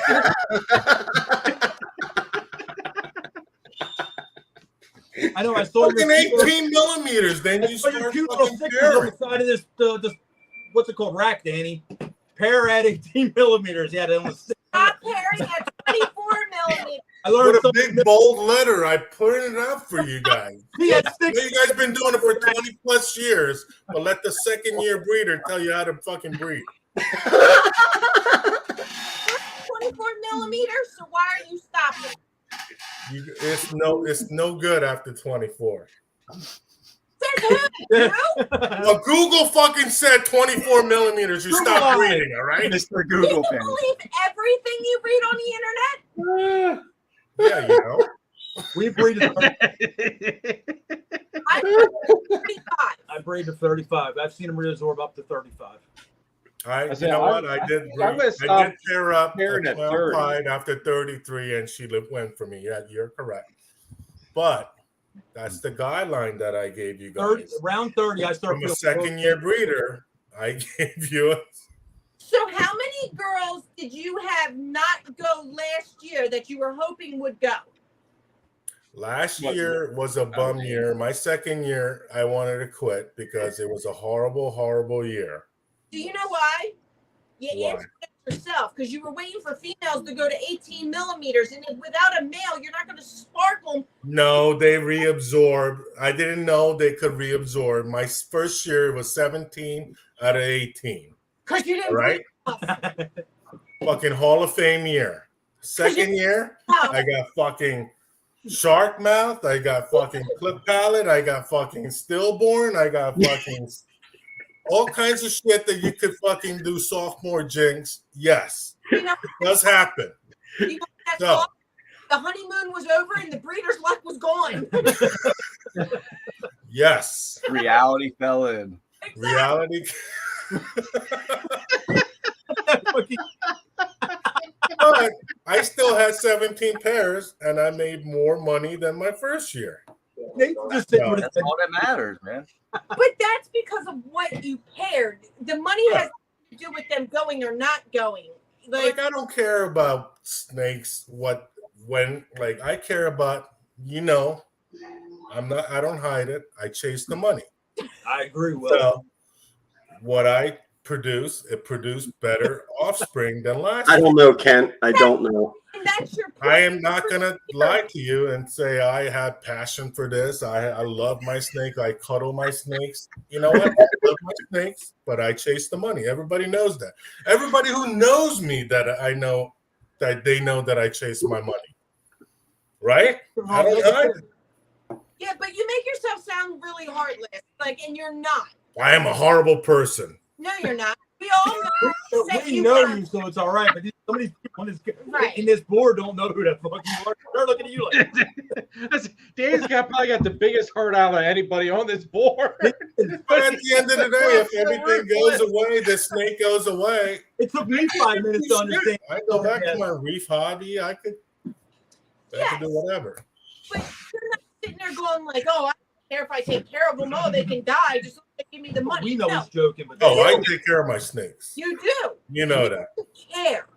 You care for there them. might be people in here that don't realize you're sarcastic. Exactly. She's trying to stick up for you. Yes, thank you, Christine. Just But trying like, to help your I case. could give two shit what everybody thinks. There's somebody in about there like, my that. God, the most heartless Asian. Long as this group knows that I do what I do, that's all I care. Shit, if somebody says, oh, don't buy from him. He doesn't take care of his snakes. And then you're not chasing the money because the money. It's okay. I still eat Reebok. What? Good point. That's a pretty good point. Nathan, you got a little Michael behind you. I only go to shows so I can support Nathan. What do you do? What? I just go buy from Nathan. Don't buy from me. Just go to the next door. Just get That's why I always set up next to Danny. I always send people to your guys' table, man. They come around looking for something. I don't have it. I point them right across to you guys, man. Especially the customers you're trying to get rid of. Yeah. The ones that ask 40 million questions and send 100 emails for a $100 snake, you know. Yep. It's all good. Yep. Right to DTMG they go. I've been there before. No, it's all about the snake. Yes. It's just if you're having an off sophomore year like I did, it's fine. It's to be It's life. expected. And you still did good for the first year. It's to be expected, though. Anybody newer watching this breeding, it's to be expected. Like, it's not always freaking rainbows. Like, every year is not a banner year. Yeah. At the end of the day, you got to remember these are animals. They're gonna go when they're gonna go. They're gonna do what they want. Yep, Mother Nature. And I say That's why you have 50 breeders. You're hoping that 25 will go. I Exactly. realize that now. Yeah, I just had a fantastic first year. That 17 out of 18 went. The second year is like 17 out of 34, 40 went, and I'm like so disappointed. But But you were it is what it is. You were still at roughly the 50% mark. That's where John and I, if I breed 120 females and 6, that's a great year. You stop, you idiot. I'm just waiting for your parents to come up to your place. Jesus. And I Just also want to give a shout out to my favorite YouTube supporters, Nathan's parents. I did get word they are watching right now, so God help you. Love you guys. Please comment. Please comment. I can't answer for like Chris and Nathan, but like I've noticed after, just say a female laid last year, 1 out of usually 3 of them usually take the next year off, like without question. They all like go every other year then or whatever. Danny's just learned that his car's been stolen. Did she leave them?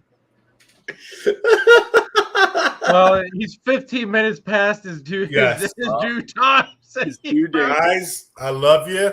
See ya. Thank you for having me. He's going to be walking because his All car's day. I love gone. all of you guys. Merry Christmas, buddy. Merry Merry Christmas, Christmas, Happy brother. New Year. I'll Merry see you guys. Christmas. I'm off. I hope you get more than just coal. See ya, Dad. Danny's gonna get a new chest freezer. Love you. Thank you. All you. right, Merry Christmas, Thank you. Tara. Care. Bye. Bye. Tara, if you're still watching, have a Merry Christmas. Take care of Danny for us. Drive safe. The roads are shitty. Yes. Please do drive safe, A guys. lot of Please ice. do drive safe. He's not going for. What's up, Melinda? Hope not. And slide right down 611. My God, my cheeks hurt. That son of a bitch is so funny. I loved it when Tara was there yelling. He's quite entertaining. He is so Oh, funny. he is. Like I said, for the people watching, he don't mean half of what he says. He does. You just have to figure out which half it is that he means. When I first met Danny's him, probably got one of the biggest hearts out there. He just comes across rough. So oh, my God. When I first met him, I was like, "Whoa!" The first time you met him, you told him to beat it. You told him to get lost. You hated him, remember? Brian didn't tell that story tonight. I was waiting for it. I would have loved to hear that. Yep. You didn't hear that one, Chris? You didn't hear that I story? didn't hear that story. No. I'll tell you the damn story. Like I said, he could rewatch this. He'll laugh his ass off. Basically, the first time I ever met Danny, he walked up to my table. We were at the Hamburg show. Hamburg. And he picked up 2 of the most expensive snakes on my table. And he's like, yeah, freaking had his money in his hand. He's all like, what do you do for this one and this one? What kind of break I get? And I was like, I gave him a good price. He was like, how about you take this? I said, how about you kiss my ass? And he looked at me like, well, I wasn't expecting you really to be like that. I'm like, well, it was like, I was like, F you. I was having a bad time at Hamburg. So I'm just like wound up. So basically, he walked away and Christine hits me. She's like, do you know who that was? I was like, I have no idea who the hell that was. I was like, he came freaking waving his catch in my face, talking about, you're going to take this much. Basically, I'm like, I don't know. And she's like, that's that Danny Lee. He's buying up the internet right now. He's buying like all this stuff locally. I'm like, oh, fuck. I was like, really? But basically, when we met Danny again, he told me the story, and I had no idea. I didn't put 2 and 2 together. He had me on my ass laughing because he tells me so much better. He's like, John, that's the first time I met you. And 9 out of 10 know me. I'm not like that. Like, A lot of people think John's a dick when they first meet him. so full of shit. Catch the bandwagon over there. We already went over this. We hugged it out. Who hugged me? I did not hug nothing out. It was a fake story. I hugged you twice. It's fake news. Nathan doesn't have a bad story. Neither does Jeremy. I don't think. A Danny story? Well, Bad story I mean, for the first time. Well, I did tell Jeremy the first time I ever met him. There's no way in hell I'd do a show. Yeah. If that I do remember that. Yeah, you looked at me like, yeah, no, I don't think so. I was standing there for that, actually. I remember that. You were. And then you walked away, and I'm like, John, a little bit. it's not that bad, man. You really should check it out. Like, you didn't need to blow him off like that. I didn't mean any respect, and I did talk it over with you later about it, of course. But yeah, I just figured I had to take a couple drinks. Everything would be great. That's what Danny told me, and everybody who watched the last show, I'm very sorry. It worked out fine. I had a couple drinks, and it went well for about the first hour, and then I don't know. I don't know. I have glasses on. You don't see any drinks in my hand, really. Come sober at you today. Oh my God, that comment's gold right there. John is a dick when I met him. Only a fake citron. Yeah, right. So John's got a habit at the shows. He likes to move snakes around in the displays. Well, he never moved the tag with the one, and he sold Scott a citron. So when we get home, Scott puts a picture of the citron online, and I'm like, that's not the citron. That's a freaking normal. This is a hero story. It's not a bad story. Freaking So I go to him, and I'm like, what did you do? And he's like, I didn't do anything. And I'm like, John, I have the citron sitting in the rack right now. I was like, she showed me the picture, and I went, what the fuck's that? She goes, that's a citron you showed Scott. I was like, oh, shit. That's not a citron. I was like, that's a goddamn normal. I was like, you need to hit that kid up now and tell him to yank that down and gave him the wrong tape. Like, yeah, we have it here. We have it. Well, I did an hour and a half. Basically told Scott, like, I'm so sorry. When I gave him the citron, me and Scott became really good friends after that. Like, basically, if anybody doesn't know, Shooter Scarpins, he bends with us. I got it. I'll put it together now. We became real close. But yeah, that happened. Melinda wants to know what a citron is. All right, citron is a bullshito gene. Basically, it's like orange dream. Bullshito to me means it's not really talked about. It does do stuff. It's a patent answer. It adds a little bit of orange to it, where the citron comes from. No way to really describe it because there hasn't been a real done with it yet.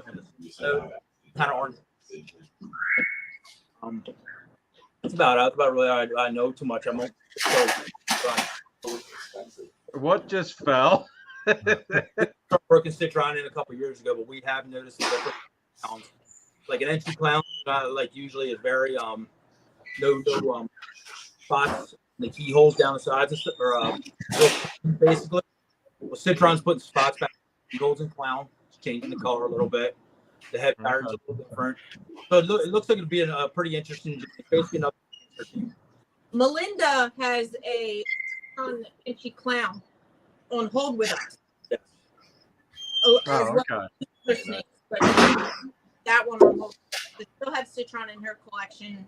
As soon as the weather breaks. As soon as somebody starts talking about it, it's on a bigger scale and starts a little bit more with it. I think citron is a nice feature with like an enhancing gene, not the enhancer gene, like orange stream, fire, yellow belly. Yeah. Right? It's just citron.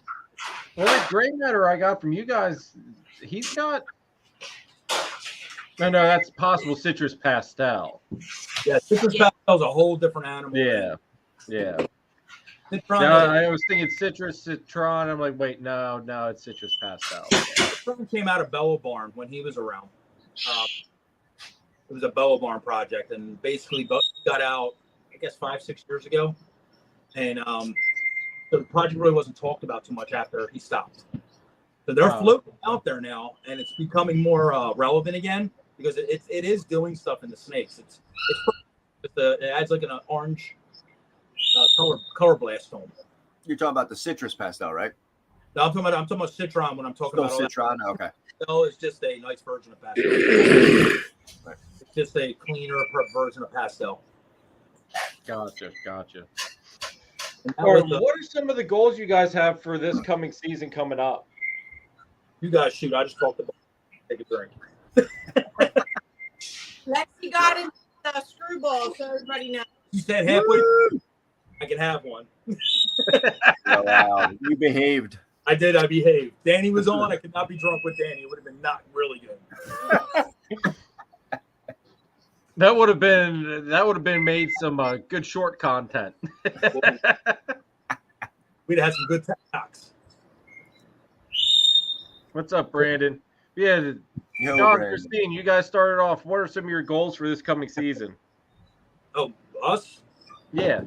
Okay. Ultramel. Doing some more super orange stream Ultramel stuff. I'm really excited about that with black pastel and yellow belly. I made a couple last year, but I have a Ultramel orange dream breeder male that I'm putting to like orange dream yellow belly had Ultramel. We're shooting for citron clown pies this year. That's really exciting. So I'll be able to show you what citron does in clown pie. I'm hoping. And I'm putting to that and leopard hopefully. Clown ghost stuff, of course. Like that's one of my favorite things. That'll be black pastels, leopard, yellow belly, hopefully stuff like that. Mojave. They're probably some of the main projects, and then a whole bunch of spot nose red stripe yellow. Trying to get that into some stuff this year, so clown wise. So Pompeii, trying to make mahogany Pompeii. Blackhead ghost. That's another big one I'm trying to do. Blackhead ghost clown stuff. Very nice. So, Nice. I'm with you on the Pompeii thing. I'd love to get something to possibly throw a Pompeii combo in there with that Bruce Wayne that I got from Danny. So I'm still figuring my way through that project, but the other one I'm really lace. We're trying to put some lace yellow belly in some of this clown stuff. So lace yellow belly male sitting right around 550 grand. I'm trying to get him a couple more, man, and see if he wants to roll. If that what's up, goes, I'll be a happy boy. Oh, I bet. How about you, Nate? Most excited, I guess, would be to finally start producing our own bangs. That's probably number one on the list. Excited to say both my het pied and het clown bangs are both locking up females. So step one is complete. Step two will be if we actually get fertile eggs out of any of them. So that's probably number one on our list. Other than that, playing around with some, a lot of it's going to depend on what girls go, which ones don't. I mean, we're going to play around with some different clown stuff, throwing some different genes in. Like I said, it's really I'm not hard steadfast in my breeding plan this year because a lot of it just depends on who's going to go, who's going to get up to size. I have a good amount of my collection that's right on that cusp. They might go, they might not go. So we'll see. I'm sure it'll be an interesting year either way. How about you, Chris? I'm most anticipating mostly some stranger stuff. I'm really looking forward to see what that does in some combos, and building some lace hats with the white lace male I got. And then just building a few more triples and maybe my first quads next year or this season. I'm hoping to put out. And then, it's Which pretty quads, much. Chris? What's up? Which quads are you shooting for? What quads am I putting together? It is, what the heck was it? It's a genetic striped toffee female. And I think I'm running her. What did I decide to run her to? I have to double check here. There was a couple options, and I wasn't positive which one exactly I was going to do because I have a hypopide female as well that I was going to do quads with, but I don't know if that's going to work out. Well, that one might not be the quad though. What the heck did I have put with her? I'm looking at my notes here. The hypopide was an option to go with the genetic striped toffee, but I don't really know what the genetic stripe does in pies. I haven't seen any yet, and I don't think it does much. So I think that'd be kind of a waste. Okay. So I got to reassess what other double visual male that would be most beneficial to put to that genetic striped toffee. But there's other options for like a multi. You have that hypo clown male. I do. I have the double visual male. That was one of the options because I made triples with him last year, or I made triples with the male, I should say. I made triple genetic striped toffee clowns with Enchi involved. So I made those triples last year. So that was the other option, the double visual hypo clown male, just to kind of add another gene to it because I don't have the hypo in last year's pairing. So that's an option. Or I might just do a different triple with her. I'm not quite set it. I have a really nice clown male that's het hypo that I might run to the genetic stripe toffee girl just to get some different genes into that project. So they'll still be triple hets just like I made last year, but they'll have black pastel, lesser, vanilla, a few other things in it. So that was one option with her. I would tell you to send your genetic sheds out, but I don't know now. Yeah, I might wait it out a little bit until the wrinkles get ironed out at least, or until Jeremy gets his back. Dude, you might be waiting a while. I think I sent mine off in October, I think is when I looked when I made the label or whatever it is to ship it off. So they've had it for like 2 freaking months.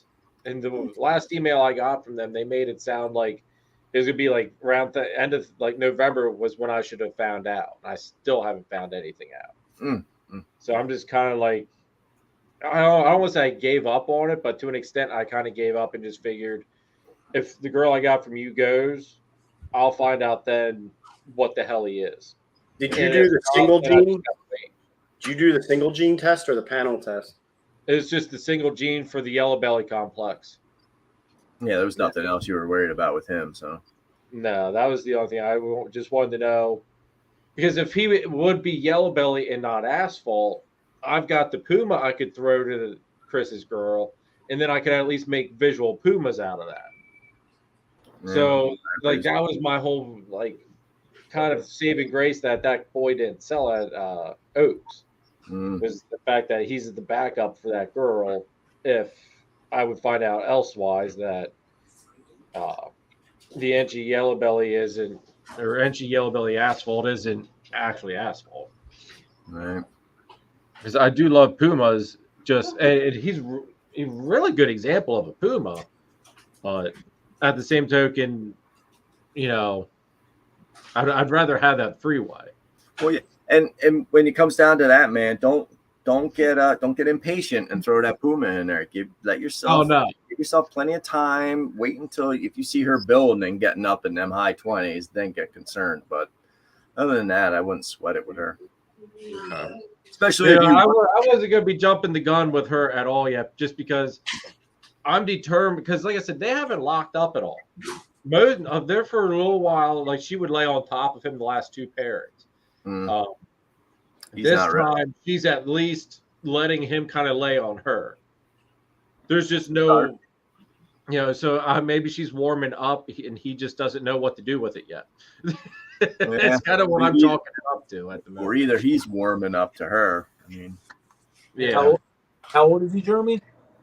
He's probably almost a year, isn't he, Nate? You produced him last year, didn't you? Nate? Which one? The one from me? Yeah. Well, I can pull up the second. Let me figure out where he's. Hold on, that was clutch. Geez, I don't remember what clutch. That was clutch 1. That was early. Yeah, you're right. Right around. Yeah, I want to say that was like a January. That was right in the new year. 226. A lot of males, from my experience, they don't really seem to really get the drift of what to do till basically their second season. Towards the end of the 1 year, just say you made them last breeding season, you tried them this breeding season. Towards the beginning of the breeding season, no matter how big they are, they just don't really seem to get it. They kind of just go in there and they're just like scared to death. Basically, when it comes back towards the end of that breeding season or following beginning of the next season, they usually turn into little beasts. So it's basically like that 1.5 year, 2 year mark, a male really starts to get their shit together. Yep, I've seen the same thing. But a year that I've had them breed that young, I've had success breeding them that young, but it's 10% compared to a 2-year-old male that's usually an 80% lock male. He'll go in there to be like, oh, I know what I'm doing now. They'll just go right into it. Yeah. Well, I know that Bumblebee double head that I produced, he knows exactly what he's doing because you throw him in with anything and he locks up with it. And how old's he? He's 1.5 years. Yeah, like I said, once they get it, they don't forget. It's like riding a bike for them. Yep. They're machines, right? Like just like us. Once we get it, we don't forget. Yeah, right. Yeah, this is good. It's so weird. I come up on it every year because I make a bunch of snakes from the year before, and I'm like, man, I'd love to put this shit. But I have to hold on back to the males that I made 2 years before because they just don't get it. They can be sitting 800 grams, 900, 1,200. Don't matter how much they eat. They just go in there like, I'm not really into this. Towards the back, when all the girls already went, that's when they want to start locking. And it's like, God damn it. I needed you 4 months ago. But then the next year, they really start getting it together and going crazy. Yeah. No, when I ultrasounded, everybody that's watching now, you guys will get to see the ultrasound video. I think I'm going to drop that this coming week, this Wednesday. But when I ultrasounded the big Exantic girl that I originally started everything off with, when I saw that she was at 30 mils, I threw him in as soon as he finished his shed cycle. Threw him in the next day, and he locked up with her right away again. Awesome. And so that's the last time I'm throwing him in with her because I'm figuring he was locked up with her for 2 solid days. It's like, I'm confident on that lock for the last sealing the deal for that one. Kind of what we were talking about earlier, right around that 30 millimeter, like that's usually showtime. Basically, you get a nice lock in right before that. That's good stuff. Oh yeah. Wow, a Jeremy video is not 6 months old. We're weeding through those videos, Rob. I'm not gonna lie. There's still a few left, but we're slowly working through them. The new pickup 2020. Yeah, right. New pickup, but it's from the breeder's breakfast, so it's only 6 months old.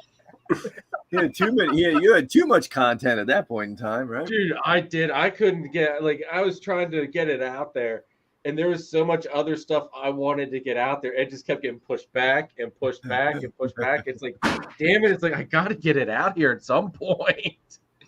It's just like the triple recesses I have here. Like, I have that video sitting. I need to figure out the thumbnail for it. But I keep, like, the ultrasound came, so of course I had to do the unboxing for that.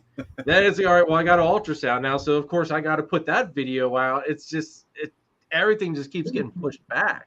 Maybe you're onto something, Danny. Make a snake, and then the next video for the snake is the unboxing, and the one right after it the next day will be of it breeding 2 years later. And everybody will wonder how I do it. Yeah. I'm excited to see what Tri-Stripe. I'm excited to see what Tri-Stripe does. That's one thing that I've wanted to add, and I just haven't found one yet that I fell in love with. I'll probably only be making hets this year, but could you make some visuals so I could get one? No, not this year. Maybe next year. Dude, I better have some visual exantics this year. If I don't hit a visual exantic, the odds will hate me. You're gonna quit? No, I won't quit.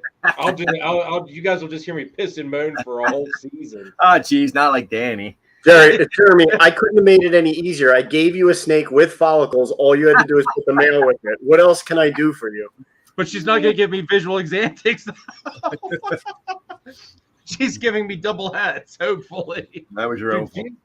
She's looking really freaking good, dude. Like, she's got that nice spot cleaned off. The spine's starting to hump up. I think she's due. What is it? Let me look here.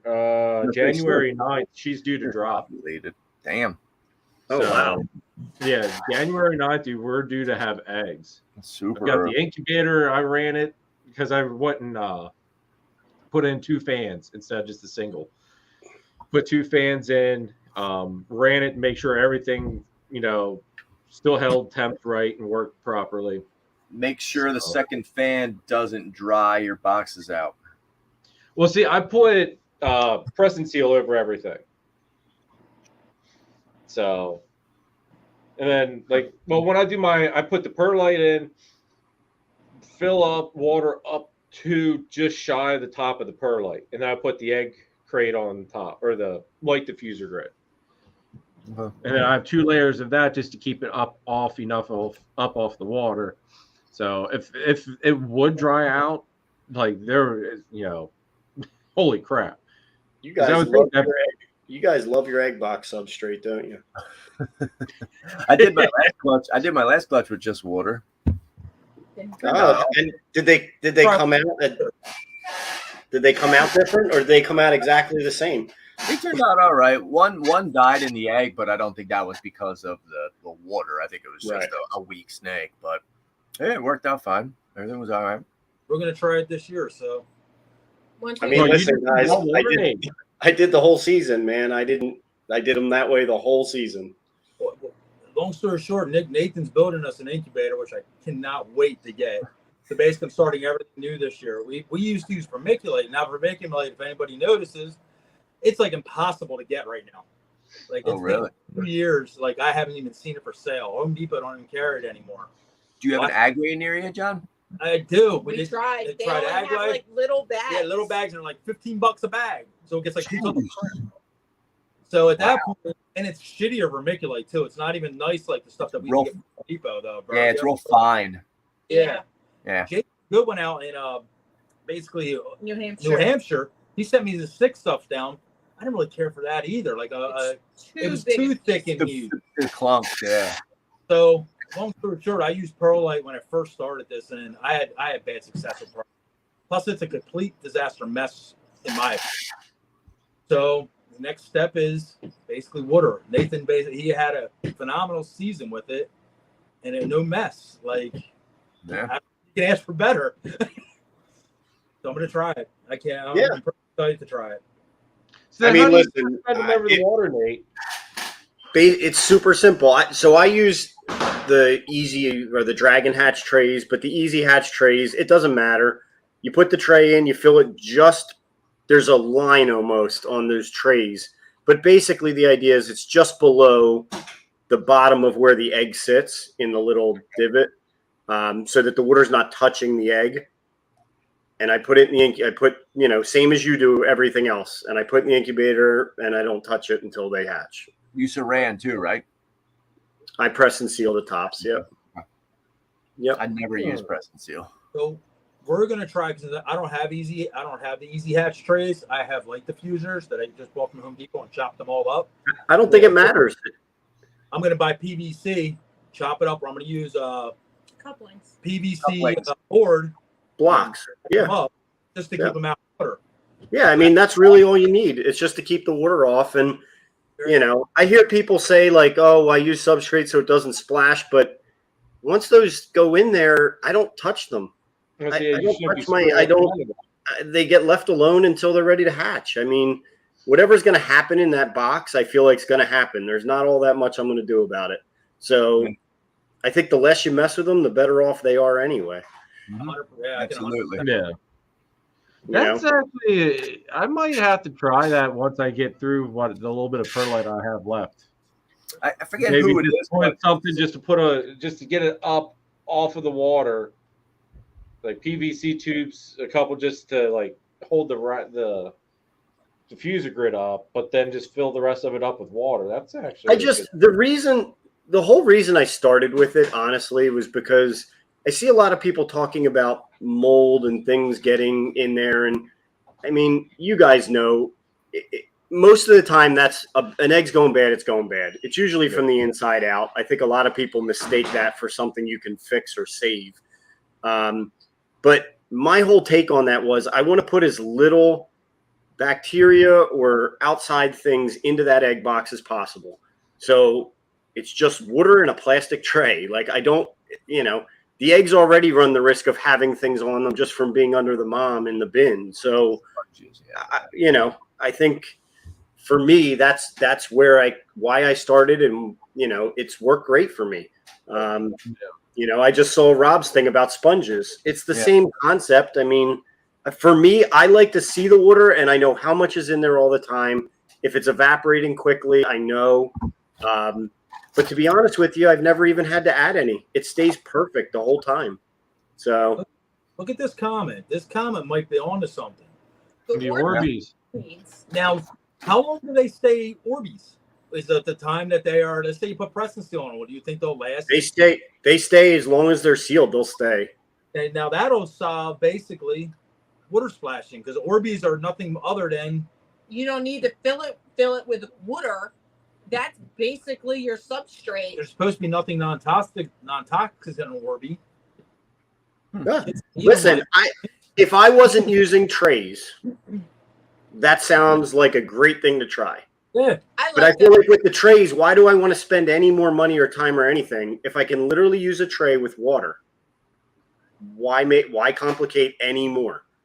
Oh, 100% agree. I'm talking about people, like I said, that don't have the dragon. Don't have a tray, right? Then I think that's a great, It was a very open your eyes. I think though, my only thought with the Orbeez though would be like a lot of people use the light diffusers. I feel like they'd work their way up through the diffusers. Because of the weight of the egg.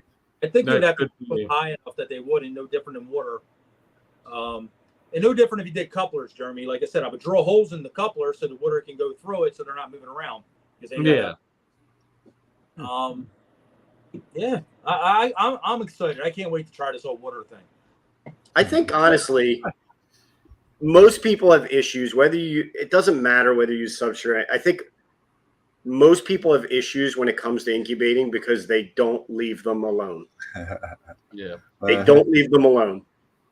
I mean, starting off, that's the hardest thing, is to leave them alone.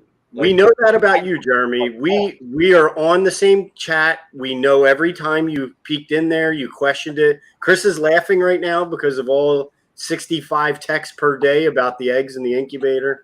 Not that many. Look No, at no, you. no, no. My text was about my girl not dropping the eggs.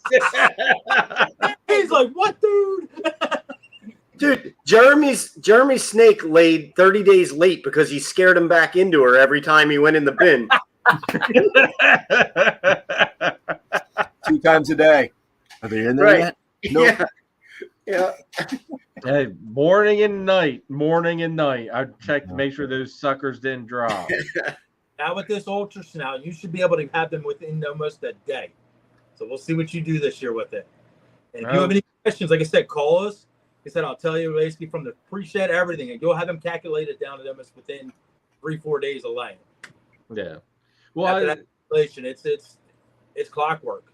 I mean, don't get me wrong. You have a couple go longer, and you might have one even be like, oh my God, one shorter, but it's not common. They're very They're usually within days of that 30-day mark. I mean, you can have a random one go a little. I got a girl that's gravid over here. She's my last ball of the year. This girl's driving me nuts because we thought she ovulated. Well, she went in the shed afterwards. I'm waiting the 30 days. Listen to this shit. Boom, shed. Well, now it's I put 30 days. I put 30 days on her again. Yep. 30 days again. She don't think she's going back in the shed. She's loaded with eggs. Now I'm scared now. I'm like, oh my God, is this girl egg bound at this point? But she doesn't show that She she's in shows distress or nothing. anything. She's still running around the bin like normal. Like, she's not even freaking like hovering in the back like they're supposed to. John, you remember? That happened to me last year. Freaking strange, man. And if it wasn't that I could see these eggs physically, she's that big now that you can literally just pop down her. I would be like, she's just fat. Like she's just something wrong with her. I've never seen that. Probably hatched out. Crazy. Like, Mine ended up reabsorbing.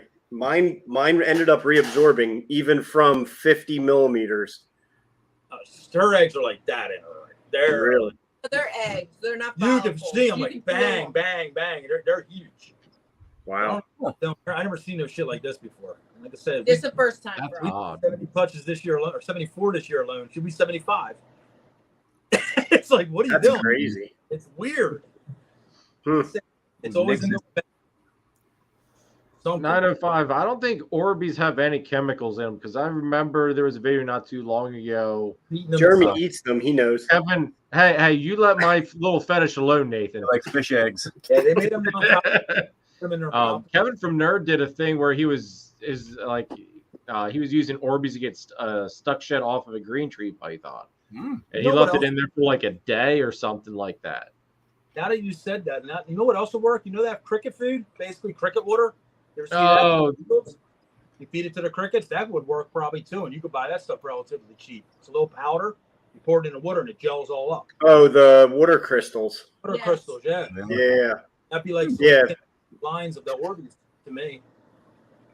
So that might not be a bad idea if you're really worried about splashing and you're really worried about this or that. That might be a good option for some people if they can't find substrate. Yeah, that's not a bad idea. Yeah. Especially if it holds with the press and seal, because that stuff stays crystallized as long as it has humidity. It should be fine. That crystal that we use for the crickets, man, that stuff lasts forever. Yep. Yeah. So. I think you use that for a lot of bugs. I think we use that for the dubia roaches too. Yep. All right, I've got one last question, and we'll wrap this up for the night because I'm pretty sure the Princess Hadley wants Daddy to watch Vampirina. Not in bed yet? Dude, Hadley's stuck on this kick where she has to sleep in with Mommy and Daddy, and Mommy and Daddy were idiots and left it happen, and now it's a thing. Yeah. And like we watched Vampirina. Wait, buddy, you got another kid coming. Yeah, trust me. I'm trying. Dude, I'm off all this coming week. So this week is we break Hadley of this habit starting Monday. It's go Merry time Christmas, for, Hadley. Yeah. Merry. This is one way to prevent any more kids coming. Look This week's gonna be break her of sleeping in the bed with us again, and then potty training. I want done with the diapers from her, so that way we've only got buying one thing of diapers. Good luck. God bless you. Yeah. We're trying too. She's actually really good with it. I'll give her credit. If you don't put a diaper on her, she'll run back to the bathroom and she'll do it by her. She'll pee and everything by herself, no problem. She did forget one time she didn't have a diaper on when she was eating, but we also forgot to put a diaper on her to eat. But other than that, she did really good about it. But then at the same token, a lot of times, depending on what we're doing, we keep the diaper on her just out of a convenience thing. Oh, yeah. Like father, like daughter. How old is she? Hey, it's what happens when you sit in a skid loader for 10 hours a day. You're not allowed to get up, Nathan. You got to wear that diaper. We're a little over 2.5, Christine. Hadley's a little over 2.5. Yeah. Lincoln's It will be 3 in May 10th. May 10th. Yeah, May 10th. When's the baby due? February 17th. Yeah. We're hoping that one comes February 10th.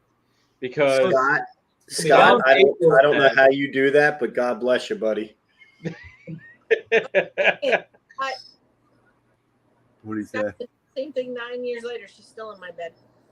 Oh my goodness. Dom's April 10th, Hadley's May 10th. It's easy if they're on the same day. We can just change the month. I'm okay with that. Oh man. Let's did the same in 9 years later. Yeah. See, Hadley. Is he talking about his daughter or his wife?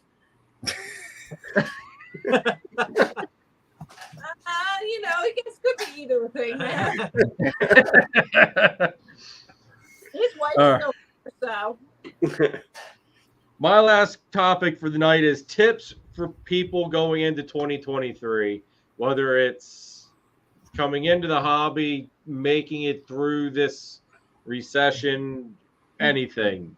Just tips for people going through this coming season. If you have the money to buy, don't be afraid to buy. The ball python market is not dead. Yeah, they've been saying this for 20 years. It's not dead. They have. And geckos isn't the next big thing. No. And yes, you rip them and go right ahead. People do very well with the geckos. But dropping all your ball pythons to turn around and get into a completely brand new project, again, you're going to hit that whole supply and demand thing. What do you think is going to happen in that new project? I could tell you back in 2014, 15, the shows where everybody used to complain about ball pythons today. Everybody's, the whole shows are ball pythons. But 2013, 14, 15 is all nothing but leopard geckos and crested geckos. And basically, you saw a couple morphs that were worth a damn basically back then. And mostly with spiders and a pinstripe and this, because ball pythons weren't bred as hard even 6-7 years ago as they are today. So basically, the market was ruled by geckos. What happened? Geckos flooded the market. Well, this is what's going to happen. It all comes around. It all comes full face every time. Full circle. That's what I'm looking for. You couldn't sell a boa to save your life a few years ago, and then everybody wanted boas again. Yep. And now the boa market again is slow. That'll pick back up again. But then this market will slow down. This one will pick back up. Each species has its own market and has its own time in reality. And the other thing is too, moving forward, this is a lot of people find it hard to do. Don't listen to everybody at the top. Basically, they're telling you what they want you to hear. Basically, if everybody's making red stripes, spot nose, leopard, whatever, clowns, don't you think the market's going to be loaded on them too? If that's what they're pushing and everybody thinks it, that's what the market's going to be. If everybody follows that path, that's where everybody's going to land. So basically, if you're over here doing maybe a blackhead, Mojave, Orange Dream project that's not really talked about today, and basically there's 47,000 spot nose morphs on the morph market, and there's 5 of these snakes made. Where do you think the market's going to gravitate? It's going to gravitate towards the stuff that's new then. Remember, everything comes in fads. Everything's fad.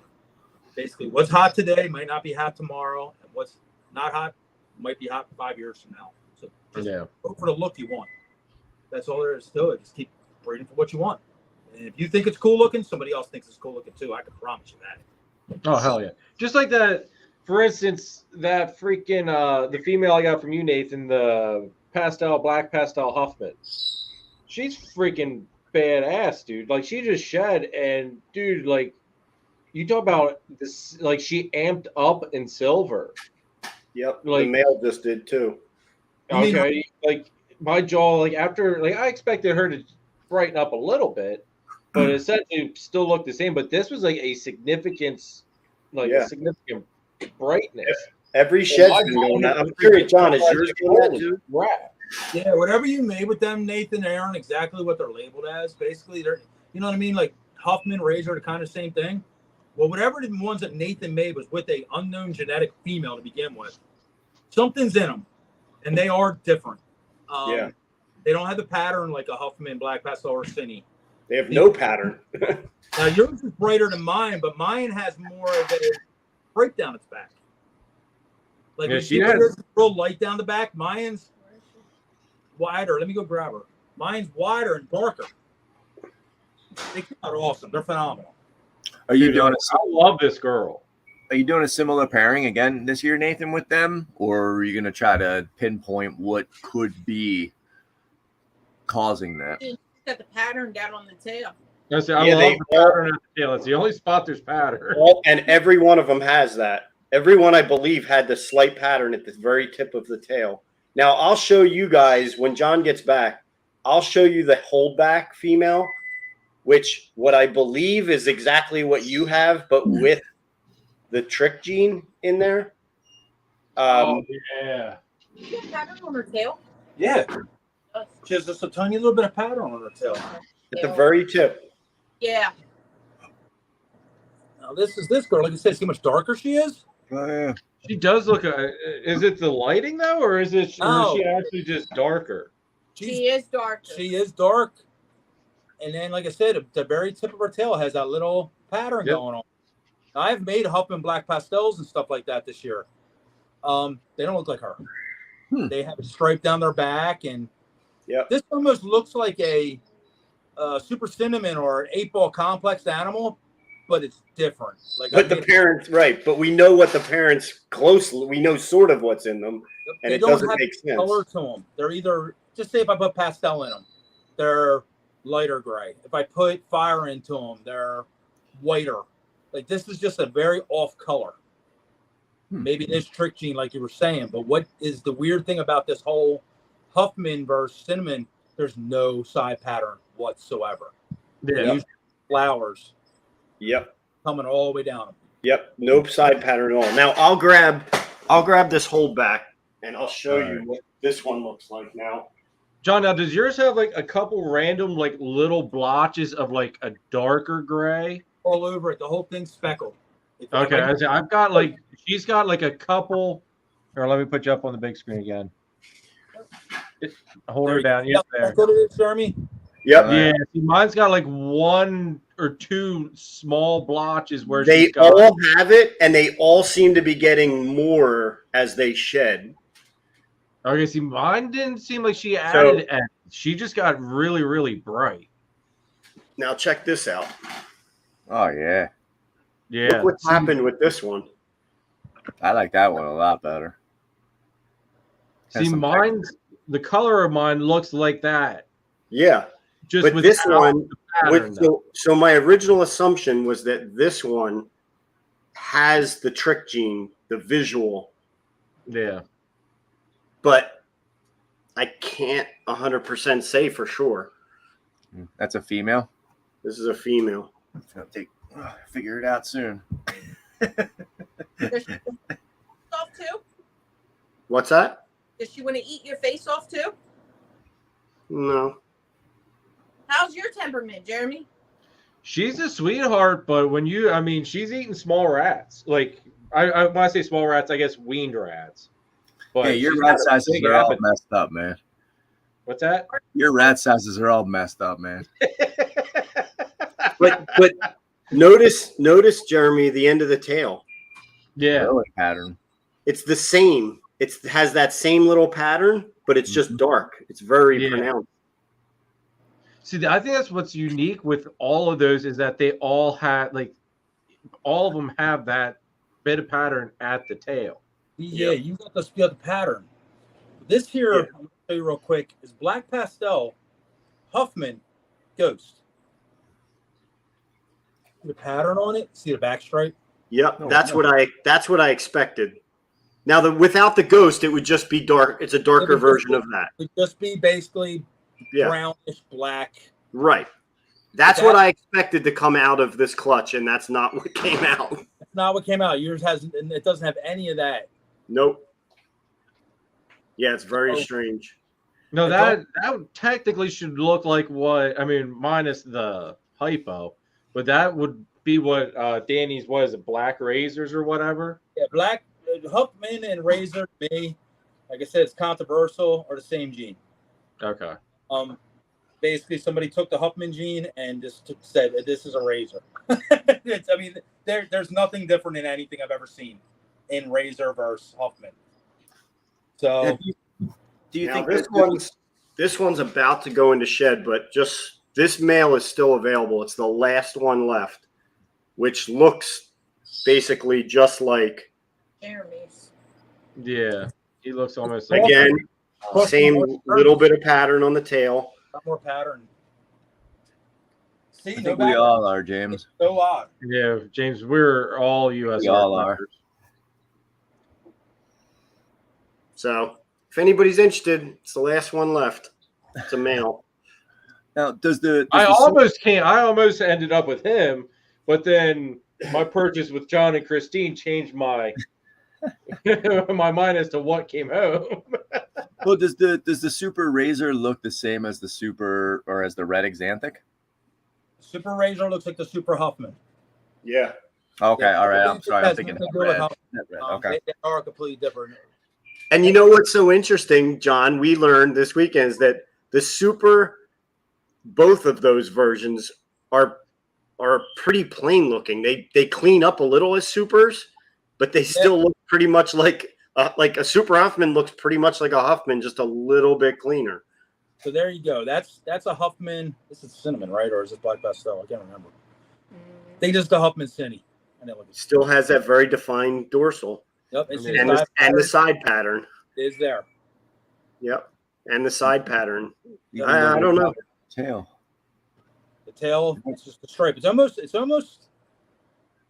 almost basically like super mahogany looking, like how the stripe is, but it's just a different color. Yeah. It's a neat. But we'll see moving forward. The one Nathan made. We'll see what it does, because I got a lot of head red Xanthic stuff I could put to a blackhead and blah blah blah. Or I'll play with the Razor / Huffman, and we'll throw that back into it. The only reason I'm probably not going to do Huffman on the other side of it, because I've seen Super Huffmans basically, and I'm not really impressed with them. Yeah. James, we're all US ARC members, dude. Yes. Yes, sir. Yeah, we are all. Well, not US ARC. We're US ARK, right? Yeah. Damn, we're going to freak criticize a man for his. Yeah. We're all US ARC members. I'm planning on throwing that gray matter I got from you guys to the girl from Nathan. That's my plan. I want to see what that does. In my opinion, because I still have gray matter, but I want to we're turning gray matter this year. I'm turning towards head red Xanthics, because we made the head red Xanthics. Yeah. We're doing head red Xanthics, Jeremy, because we're trying to eliminate the kinking issues. Oh, okay. And Huffman will do that. So if you take that to Nate's girl, the babies that'll hit Huffman, you won't kink. So this is like a Huffman matter. No, head red Xanthic. Oh, Sorry. that's freaking wicked.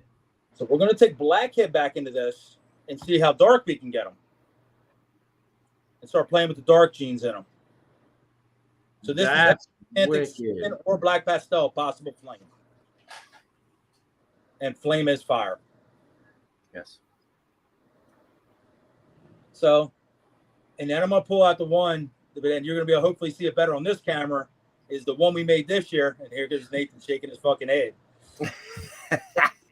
Grab your bro, or your boy. Yeah, go ahead. Go get my snake for me. One day this will be Nate's snake. Either if it's this one or something even cooler.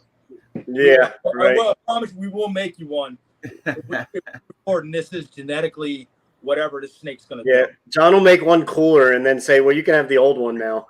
Yeah. I know how this works. No, Been there. It's all right. You've been there?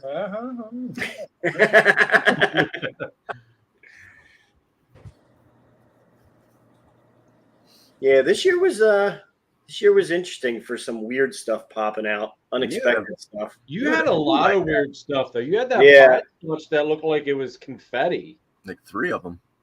Yeah, all my Pied stuff came out weird this year. I don't know what the heck that was about. You made some badass shit for some simple genetic stuff that was supposed to be slapped together. Yeah, absolutely. Yeah, I hope to get that lucky in the future, man. Is it luck or is it people misidentifying these things and selling? Chris. You know what I mean? That's what it comes down to. Luck that you're getting an extra gene in your animal, but like, that's nuts. I'll be honest. There's another thing here, So going back to what John was saying and back to Jeremy's question about tips, just like John, I don't just pick snakes for my collection based off of the genes. I may look at certain genes because I like them, but to be honest, most of the snakes in my collection I pick because of how they look. Something about them was striking to me. Yeah. And so I think when you do that, I think you're more likely to hit some oddball things, maybe some mislabeled things. Oh, wow. Like cookies and cream. Christmas is in 2 days, Christine. No, right? What's that, Christine? Blacker and grayer every shed. That's an infinite possible pythons gene. It's so whatever. I can't even tell if we hit champagne in it. It has the champagne-ish kind of head where it comes to a V. Yeah. But I don't know, man. It doesn't have the wobble of a champagne, and it might be just a het ready xanthics fire pastel. I don't know. To me, there's no pastel in it because look how dark that head is. It's black almost in person. That thing's literally black, white, and gray. There's no other colors in him. So we're gonna try it again this year and see what happens. Nice.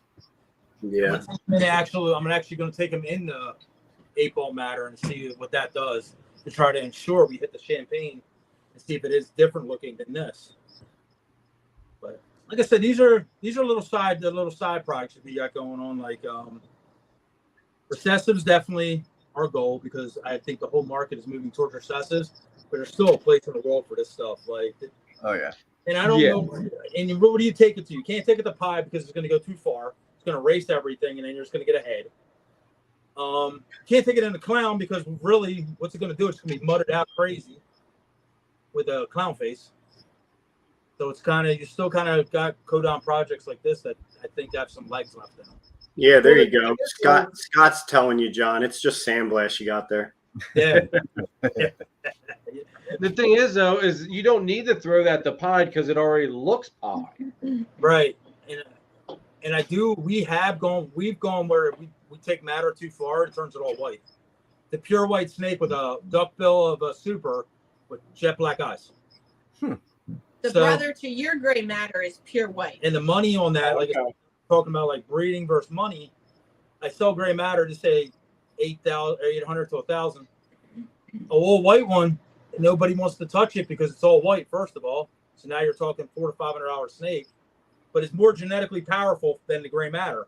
So it comes down to like breeding for that whole thing we were talking about earlier is look.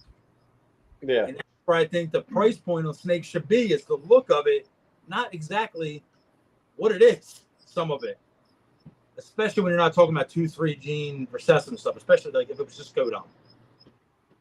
It's just a theory. Because like I said, snakes like this are on morph market right now.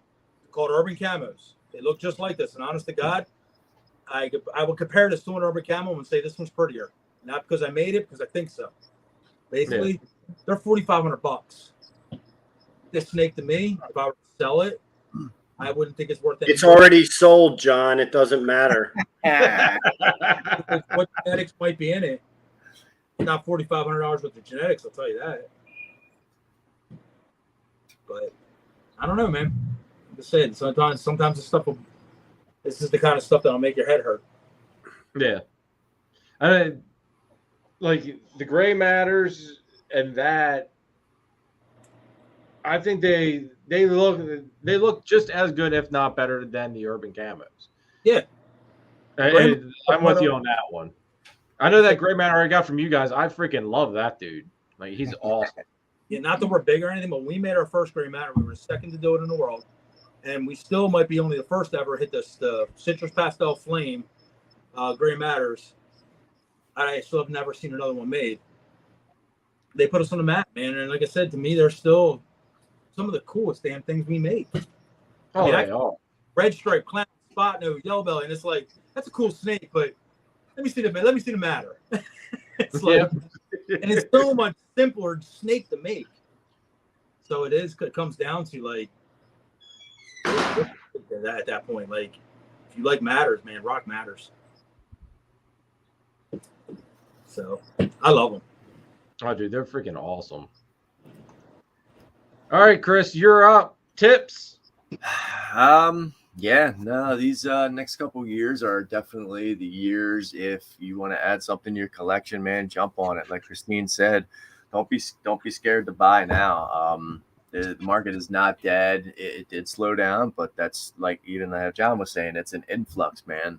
Geckos and whatnot were out of control in 14 through 17, and all those people that made their money with them went out and hit the ball pythons really hard, plus all the new people with COVID. And that's why we're at a predicament while we're at right now, because of the influx of just the waves of the market, how things come in and out. So, if it's something you enjoy and it's a true passion, just stick with it and get the animals you want to work with, and, try to pick them up this season or next year while the prices are still very manageable, or should we say kind of where they should be at, pre-COVID, and get those projects and start working them hard now. So that way, when the market does jump back, you're rocking and rolling and ready to go. You're sitting on what you want to produce and what you want to be putting out there.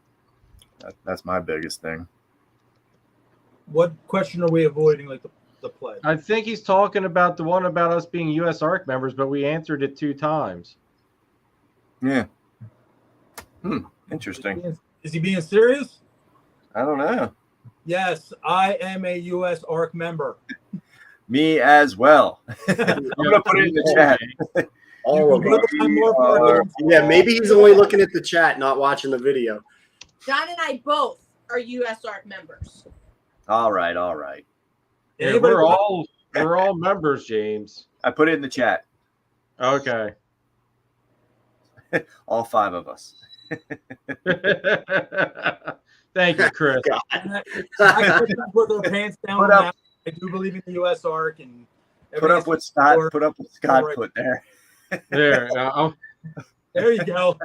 But Scott's comment's the best. Scott's comment. What do you put?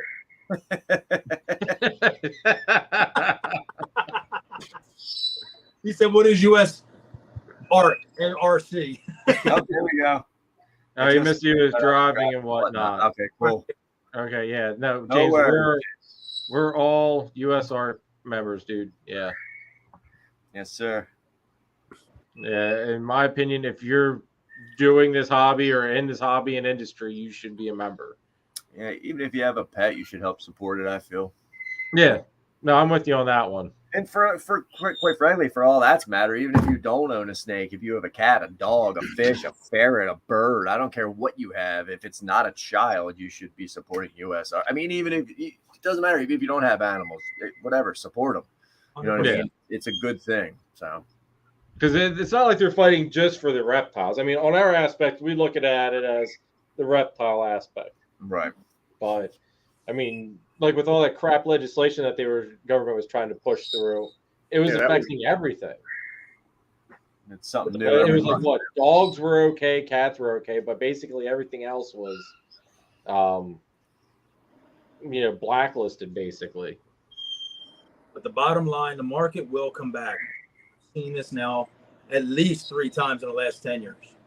Even Woodrow said, I don't exactly remember what year he said. He said 2008, 2016 was the hardest he's seen hit. 16. 2008, 2016 were the hardest hit. I wasn't around in 2008, so I can't contest experiencing that. But I think 2008 was across the board. But what industry you were in. 2008, 2009 was rough. 14 was rough. 14 is when we really started we were still doing geckos and still doing bearded dragons and all that. And the market across the board hit so hard. We were selling literally bearded dragons wholesale for $17 a piece. Reds, that was done. Like the Dunners just came out. They started at thousands. They dropped down to hundreds. The market was so easy smashed at that point.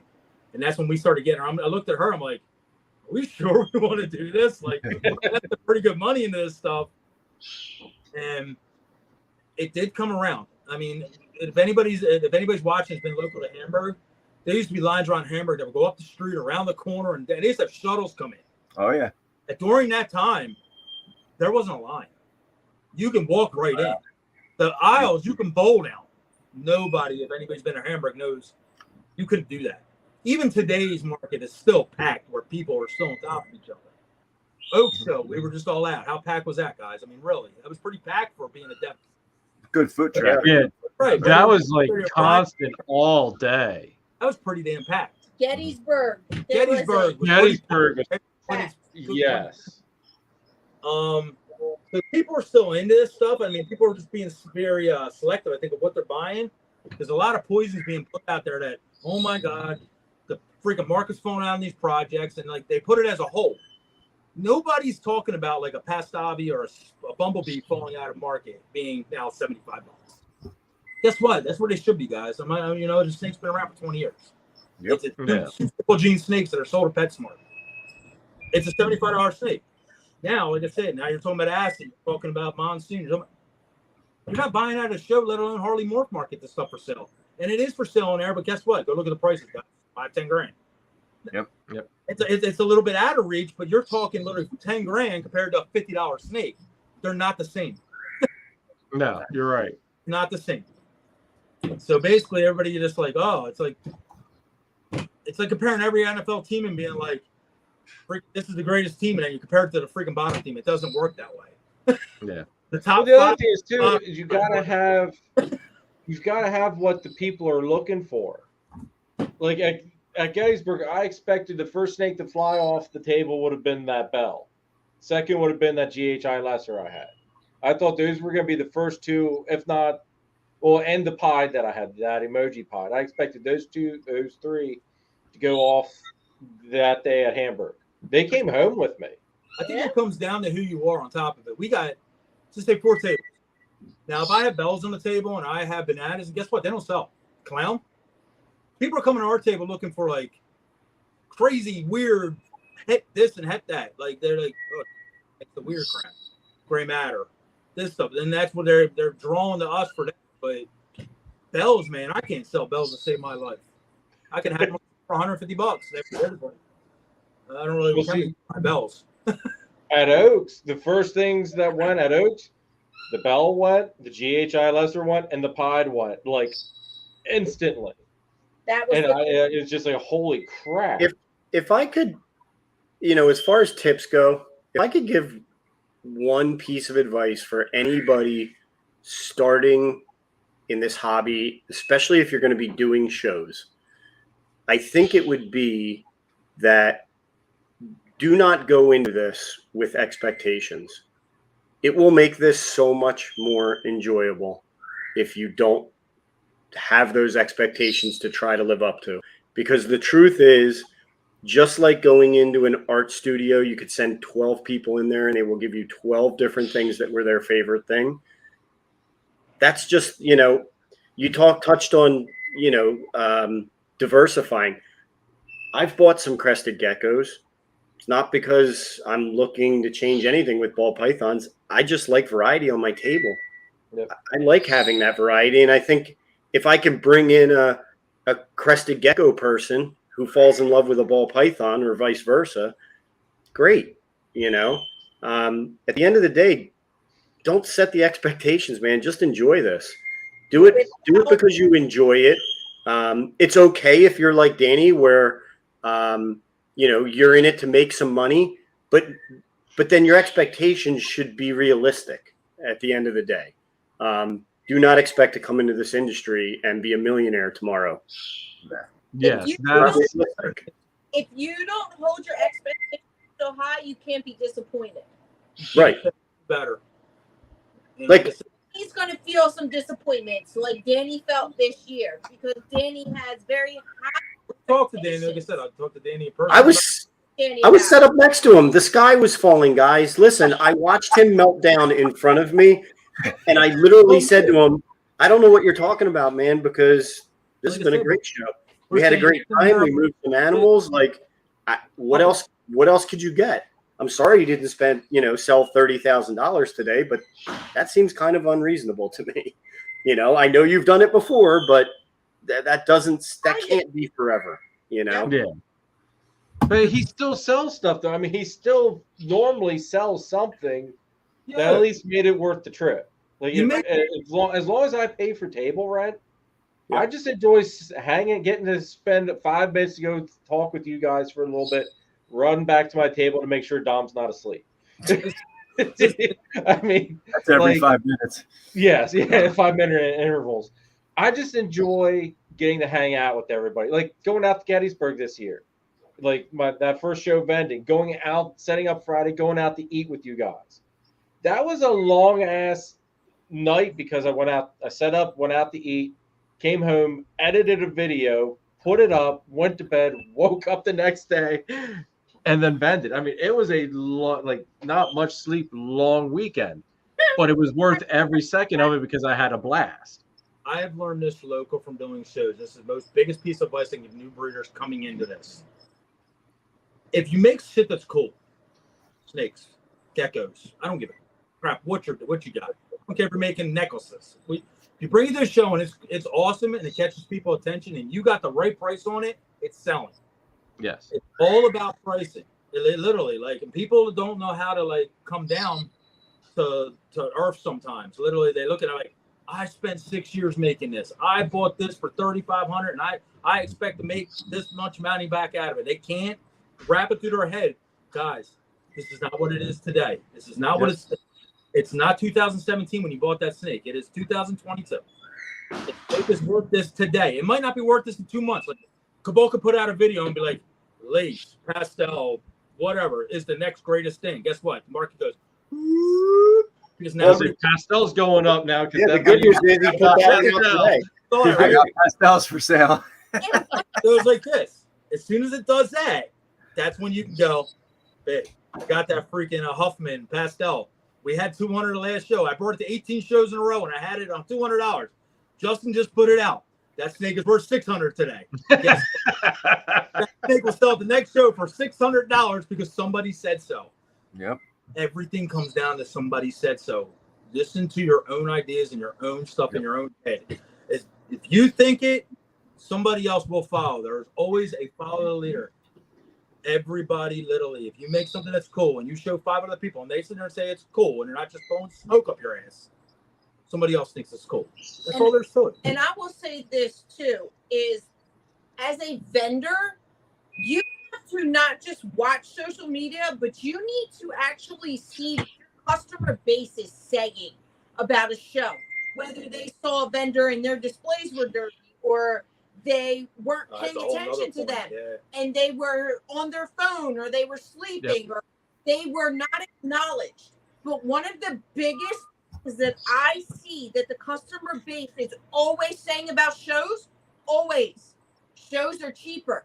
So when you price your animals at a morph market price, you're not going to sell it, because they are coming there with the intention the show is cheaper. It's a flea market compared to a retail store. And I don't know about you guys. And if you don't adjust that, you're not going to move that animal. I don't know about you guys. You guys go to flea markets? You ever go to flea markets? Oh yeah, dude, I love flea markets. Well, say if you're going to a flea market, you're gonna buy something at a flea market that's the same price at Walmart? Hell no. Never. You're say literally a helmet, Jeremy. Just say that helmet right there. I spent $125 on it on Amazon. If that helmet's at a damn flea market for $125, I'm coming home and ordering that bitch off Amazon. You know why? Because if it comes in damaged, I'm getting a warranty on it. Yep. No different damn snakes. You buy all freaking reputable breeders, they're going to warranty the animal, first of all. Look who has reputable snakes. If they have 55 different snakes and they can't tell you nothing about them, don't buy them. Yeah, I'd walk away. Yeah, you'd probably walk away. If literally they have milk steaks over here and then you ask them about the pairing and when the parents were, and they can go, yeah, I got that from Triforce. I wholesaled that from Nathan. You probably should walk away from them guys and talk to the guys they just told you they wholesale. I will also say, though, to go to the customers, too. If it looks too good to be true, price-wise, it's probably too good to be true, even at a show. If you already know that said animal goes on Morph Market for $1,000 and it's at the show for $900 or $850, that's a steal. Buy it. But if you see the same snake down the aisle for $400, you really need to look around. That's why that snake is $400. Ask for questions. I wholesale a lot of snakes. Like I said, watching local. There's a lot of guys at shows that have our snakes. Literally, I wholesale probably 200 snakes a year. So you're probably getting a Triforce snake, but you're getting it off Joe Schmo down the corner that I sold to $25, and they marked it up to $50. Yep. I mean, Ask them information. Where did the snake come from? What was it eating? When was it born? Blah, blah, blah, blah, blah. Ask everything. Yep. How long have you been doing this? What were the parents? Did you make the parents? Ask. Well, here's the other thing, the way I look at it too. You know, I'm at the show. I don't have to go. I don't have to spend the gas to take the snake to FedEx. I don't have to do the boxing, the cool heat pack, whatever. You know, it saves me some pain in the neck time. You're not answering a whole crap ton of emails or whatever. It's boom right then. It's right there. Here's my card. If you have any questions, call me. You know, normally there's someone that's somewhat decently local. Right. So chances are they'll come back to you again.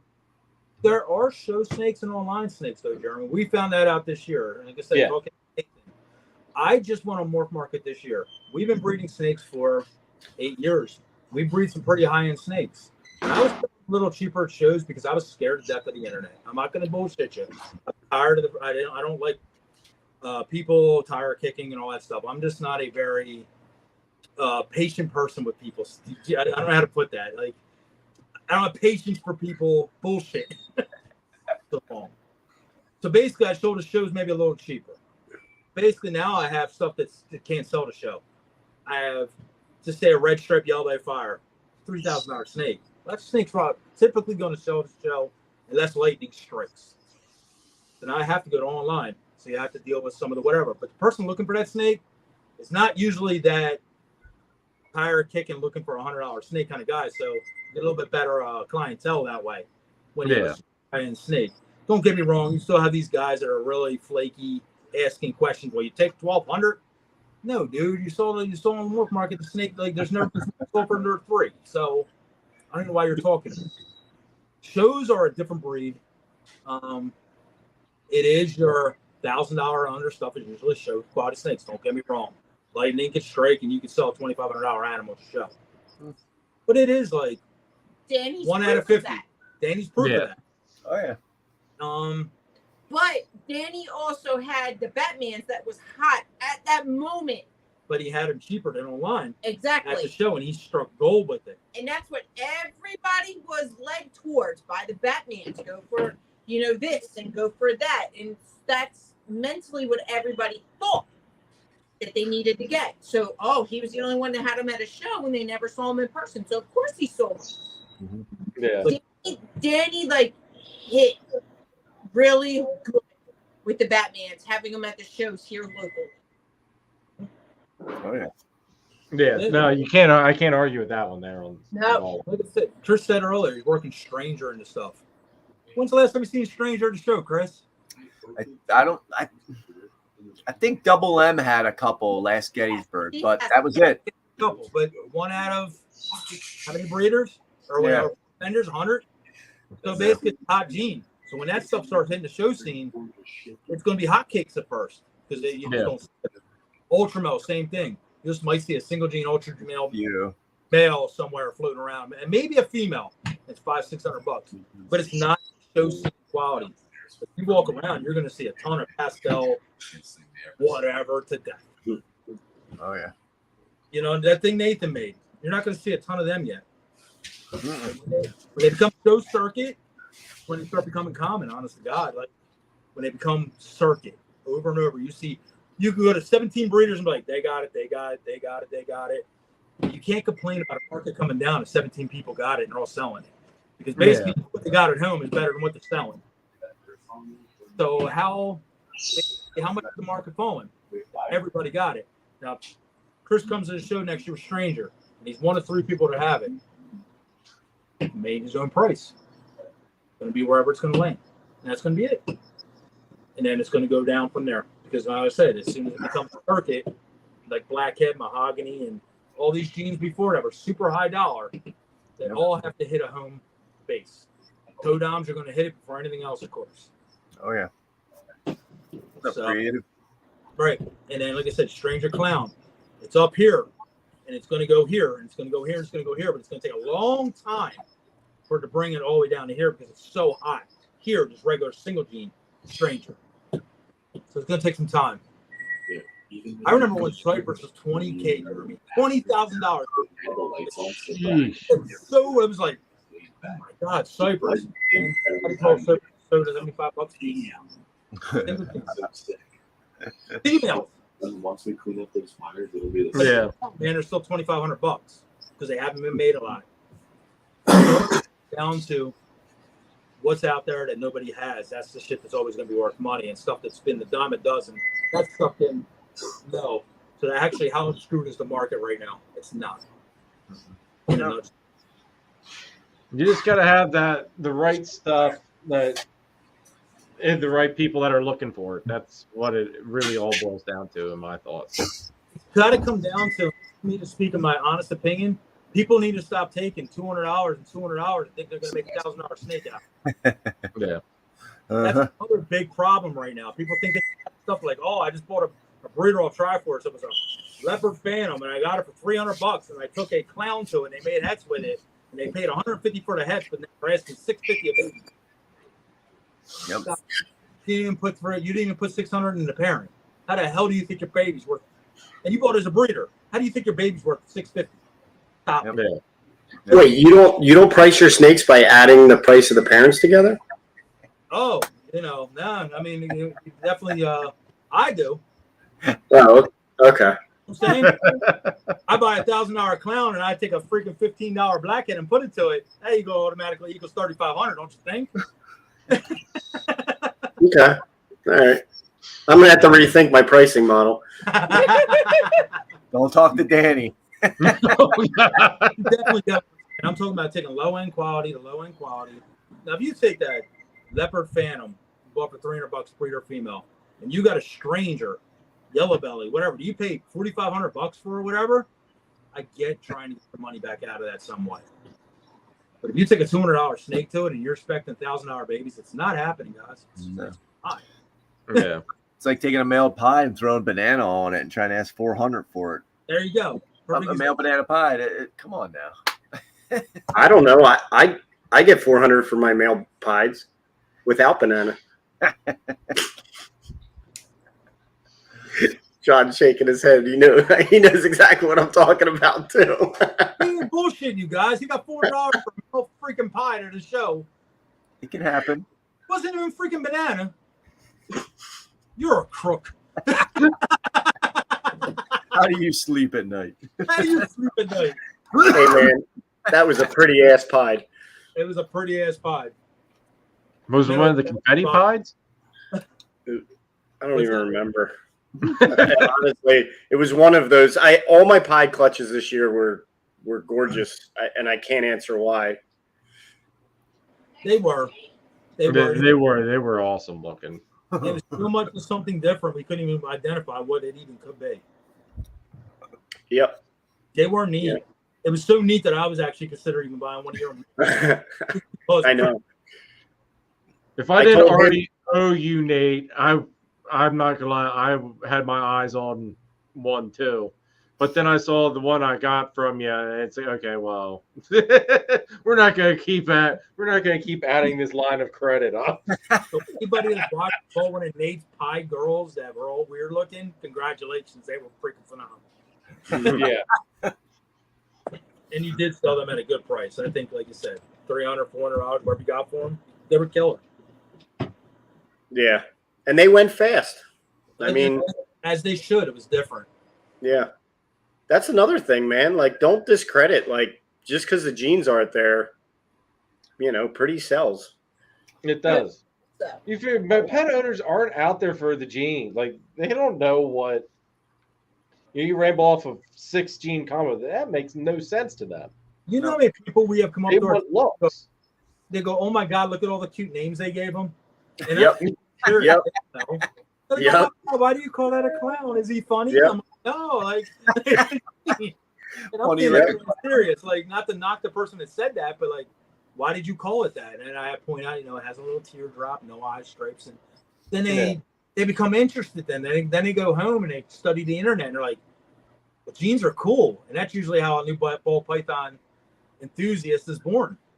You know what's interesting is when I found it shows that, what the most common ball python that kids seem to pick out when their parents will come to the table and say, okay, you can pick out any one you want.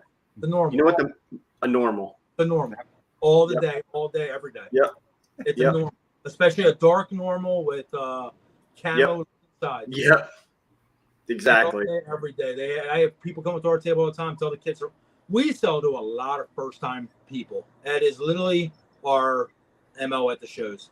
We sell higher end snakes at decent values, pretty wise, to a lot of new customers who then become new breeders. That is how we survived the last 10 years. And literally, they look down at the table and they pick the most normal looking snakes there are. It's basically a yellow belly.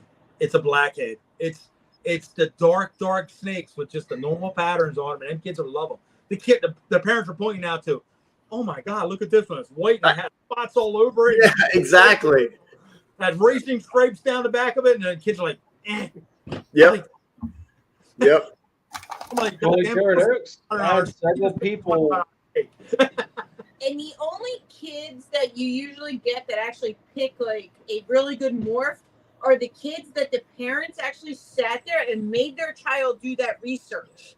Yeah. And they sit there and they can tell you more than you know about how to care for them and the genetics and everything else. And they're like, in my research, I saw this. This is the snake I want, and that's the snake that they've come to look for. So many people come up and they scout out what we have. And I tell them all the time, I said, it's always going to change. You may come back here and it might be 100% different than what it looks like today. And they go buy a tank and they buy everything they need for it. And they're the people you look at and you're like, you got some common sense. Like, I can appreciate where you're coming from. You went and bought your heat for underneath and your thermostats and your tank. And they're the people that got a future, man. The kids are the future, man. Like I said, these people coming in are the future. I'm 46. What, I got another 20 years left doing this? Somebody's got to take it over. And that's another thing. Like, I can't stand when a vendor will sell a kid a snake that they know is mean, even as a baby. Yes, we all get that babies are nippy. But like John just said, the kids are the next generation coming into this. And if you make that, you're not going to like that. And if you make it a bad experience for that, 9 out of 10 times, they're not coming back. So then what happens. That's one person that falls out of the hobby because you made it a bad experience. Because at the end of the day, you were after that money. Yep. Well, perfect example of that is the one snake I got from Danny struck at Hadley one time. And she's a sweetheart now, but she just had a bad day. And then She struck basically, at Hadley one time. That is the only snake in this room Hadley wants absolutely nothing to do with. and she probably never will. If she sees her, she goes to the other side of the room and will not come back over to the rack until that snake's put back. Oh, that's funny. Now, how about you, Chris? What is your main customer base? New people? Yes and no. I think it's a little bit half and half. With a lot of the snakes that I have on the table, they are a little bit of lower end, and you do get a lot of newer people, or maybe like their second or third, and they're just getting their feet wet, and they want something different, you know. But no, that is the majority of it. I've talked to Nate about this. I know a lot of his newer customer base from shows, not online, is newer people, and they show, like I said, he shows on his sleeve what he is, like basically. Husband, wife, freaking nice displays, everything. These people are going to come to him, and there's great price snakes for that are pretty as hell. Yep. And yeah, absolutely. It goes all to me. I sell to some breeders. Don't get me wrong. Making stuff that breeders come out of the woodwork and ask us for because they, it's breeder quality stuff. But most of the stuff is pet quality stuff. Yep. Like all that Huffman stuff I just showed you. I'll buy that off me because it's Huffman, not Razor. If I put Razor on, it's going to sell like hotcakes. I'm not a liar. I bought it as Huffman. Right. I'm going to sell it cheap. It's going to go to freaking pet owners. That's where that stuff's all going to go. No, absolutely. So, has Hadley gotten bit yet, Jeremy? Has Hadley gotten bit yet? No. But she only had that one strike, and the snake was like, God, missed her by like 2 feet. Lincoln got happy by a Chris feeds Lincoln to the snakes on a regular. He's been bit like 4 times, and we were taking him out of the displays from the show last time, and it was a blood python, and I'm like, oh, buddy, and he's like, he reached right in, wham, got him. He was like, ah, but then I took that one out, and he went right back in for the next one. I was like, wow, all right. We had an abnormally large king snake, black Mexican king, and it was huge. It was literally about 6 foot long, probably about that wide. What was the nice snakes we got? Huh? Was it a Mexican black king that big? It was abnormally gigantic. She was huge. So we showed everybody. She was literally like a 15-year-old Mexican black king, just gigantic, Jeez. for what Mexican black kings are. Yeah. So we used to give it to my daughter when she was about 3-4 years old, and she would always just run around with walk around the room with it, just holding it, be dragging it behind her. She'd have it over her shoulder. She loved this snake. It was Japanese. She just loved it. She took it out to my sister's boyfriend at a cookout, and he took it from her and instantly bit it. He dropped it and ran. The snake never bit anything. Well, anyway, at the same time, her back of her arm's bleeding. I'm like, Gianna, what happened? She's like, the snake bit me. Snake bit me. Snake bit me. So basically, she called her mom because Gianna don't live with me, and she's like, "Oh my God, it's venomous! It's going to kill her! The venom's running through the system." I'm like, what the fuck just happened? So basically, yeah, like that was her first bite ever, and then she got bit a couple times, and then she was like, "You know what, Daddy? I really don't like the snakes that much." She was done with it.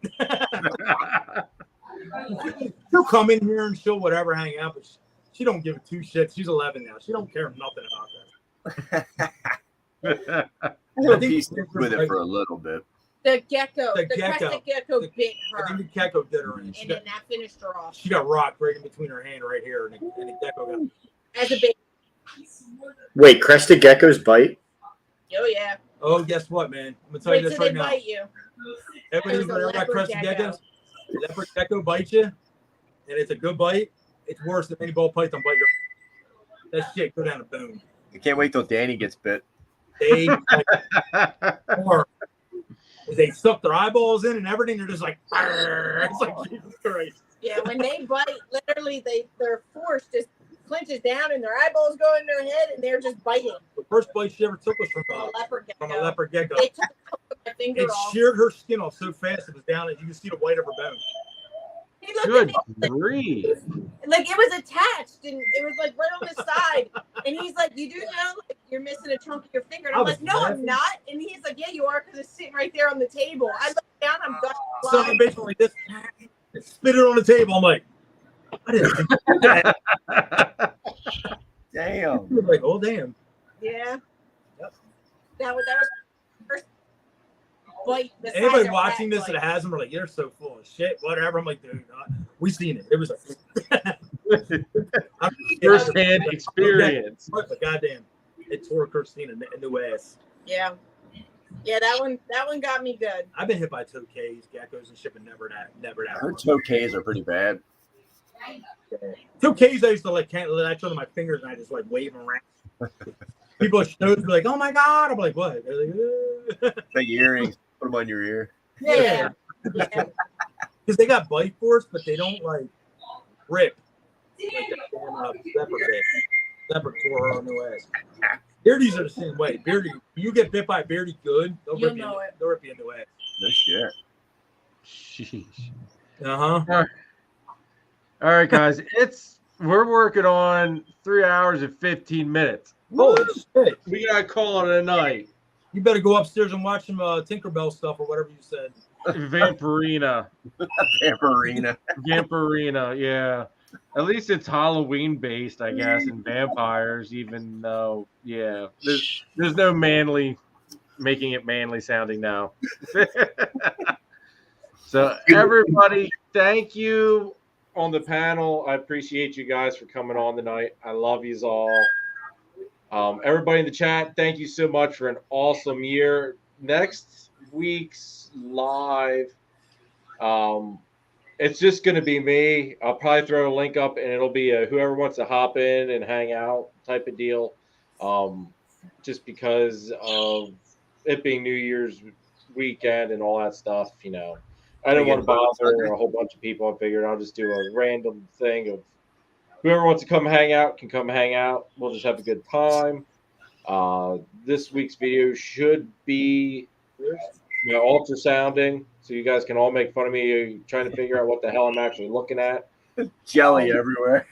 Dude, I'm actually like, there's only one instance where I was having a slight issue because of a snake being a pain in the ass, and I will make a slight disclaimer. I do call a snake a douche. They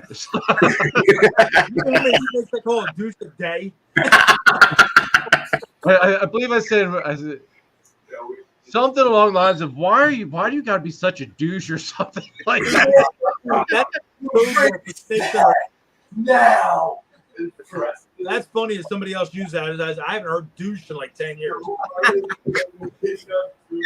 Will Jeremy move his desk close to the outlet wall? Just notice that. No, it's still the same.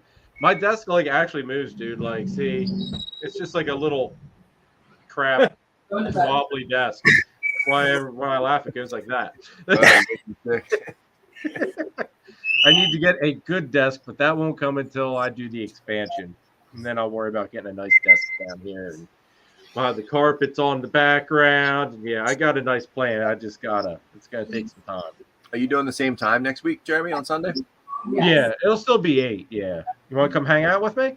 We'll see. We will see. Yes. Merry Christmas, everybody. Yes. Everybody have a safe holiday. Stay warm because it is cold as hell. Which is another thing I gotta do. I gotta throw wood on the fire so that way Kara doesn't freeze and yell at me. And I just heard my heater kick on. After Christmas, we will be putting over probably 50 snakes on Morph Market. Woo! Anybody wants to go check out our Morph Market and follow and stuff? We got real busy the end of this year working and stuff, so we have at least 50 to 100 snakes that I'll be posting online right after the new year.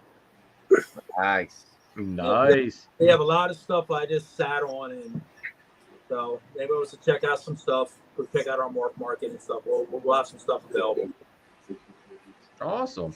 Well, no, it's still my little Logitech little webcam thing. Like, it doesn't zoom that I know of. It might just, I don't know. Maybe I'm sitting at a different spot slightly. I don't know. maybe different angle. Uh, Creative, yes, I did get the ultrasound. It was this week's video that was the unboxing. yes. We go back and watch the unboxing for this week because you get to see me have like this really stupid moment of enjoying peeling the plastic off of the screen and stuff. I don't know why that's so satisfying. Your life, Jeremy. What's that? Patient. Then She's those- got 7 millimeters. She needs The to breathe. ultrasound will change your life when you get that thing done. Make sure you lock the door when you come back in. As I went through ultrasounded every girl that was breeding. I even tested because Nate's pie that I got from him still doesn't want to eat. So I just thought I'm going to ultrasound her just for the shits and giggles, even though I'm not going to pay her because of how small she is. How big is she? Hi. And as expected, she doesn't have any follicular development at all. She's just trying to prove a point that Jeremy should not own pies. Yeah, She don't Jeremy like should have you. pods. Sounds like Yeah. she needs to be paired and it moved in a wreck. Yeah. So ready for this? Jeremy has a pie that will only eat mice. Had a pie. Nathan offers a pie that eats everything, never missed a meal. Jeremy said pie eats rats day one, never had a problem. Nathan said pie now sits in Jeremy's rack not eating. I'm pretty sure we can come to some conclusion here about this. But everything eats. I just don't get it. Because even the gray matter, he ate his first meal, he smashed it. He's refused food in the last 2 feedings. What the heck? Hold up. Now that I know this thing's long and whatever. What is the temperature of that rack? In the rack, they're bromating 55. Hot spot is at 90. Turn that. So bitch in the tub it's probably 89, 88. Turn that thing down to about 87. What's your room temperature at? 72, 73. Negative 3 Pump that degrees. up a little bit if you can. Well, I can't pump it up because of the carpets. Pump that Yo, up. Jeremy. 75 to 78. If you can. Jeremy, is she in one of those clear bins behind you? No, she's in one of the semi-clear hatchling tubs. All The right. 10 series. Well, now, Moved into something a little bit more tight. because something like the gray matter, the little one you got from us, that shouldn't go off food this time. Like that thing should be smashing. It's a baby. Like that thing should be kicking ass for at least a year. Males usually don't start getting finicky till about a year and a half, and then basically they start smelling them females, and then they can get stupid. So basically, it's something basically temperature wise. Usually, why snakes will start messing around eating, especially this time of year because the temperature is like plummeting so fast. Humidity sucks. All that shit is into play. So basically, bump that humidity up, get them temps up a little bit. And I think them snakes will start killing it again. That's the theory on it. Like I've done, like I said, I've done it where I'm like, what the hell isn't this eating? Why isn't this eating? I've been through it. And I played with shit so much over the last whatever years. That's usually what it always comes down to is humidity, temperature. They're always usually your two biggest things you always lean towards at the very end of the day. Why the snakes aren't eating. I see. Humidity should be fine. Humidity is like, I can't see. It normally sticks around like 55, 60. That's perfect then. But like I said, bump them temps up a little bit. Maybe even bump them temps down a little bit. Start moving them around in racks a little bit. Say it's on the left side, throw it to the right. Throw if it's against the wall, maybe it wants to be not against the wall. Start messing around where it's at. Because usually snakes that don't eat come down to where they're at. Yeah. Well, I did just move him. So this week's going to be the first feeding of him at his new spot I moved him last weekend after he refused. So I thought I moved him in more towards the middle of the rack, seeing if that won't Breeders trigger are a whole other animal. Like literally, breeders are a whole nother thing. Like your females go off and it's breeding season and shit. It's all expected. Breeder males, same thing. They smell that girl. That's all they got in their mind. 6-7 months. Like that shit's just Yeah, that's normal. But babies, when they go off literally like that, it's usually has to do with temperature. Just from our experience. I don't know if you want anything to add to that, but that's what I don't know. All my snakes eat until I give them to Jeremy. I think your steak just hit that time of the month. She decided. I have another pied if you want. She eats great. No, I don't want to. I don't want to torture another snake. Don't worry, it's the first one you gave me. So you still have her? She didn't sell. You can try changing the. She's probably going to breed next week because she's eating now. You can try changing the substrate too, Jeremy.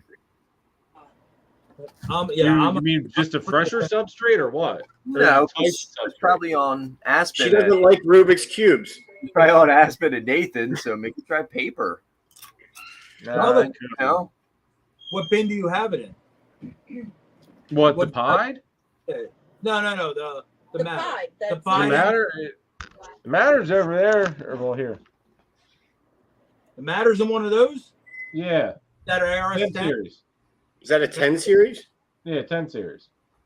So It's drop the the top. Go It'd be about the top 8. left one is where he's at now. Before he was at the very edge. But I flip-flopped him and Nathan's girl. The Huffman. So where's the pie? The pied is far right, fourth one down. She's in that rack. Yeah. And you said you had the hot spot at 95? No, 90. 90. Yeah, the hot spot's 90. Drop it by a degree or even 2 degrees. That Let's shake them up.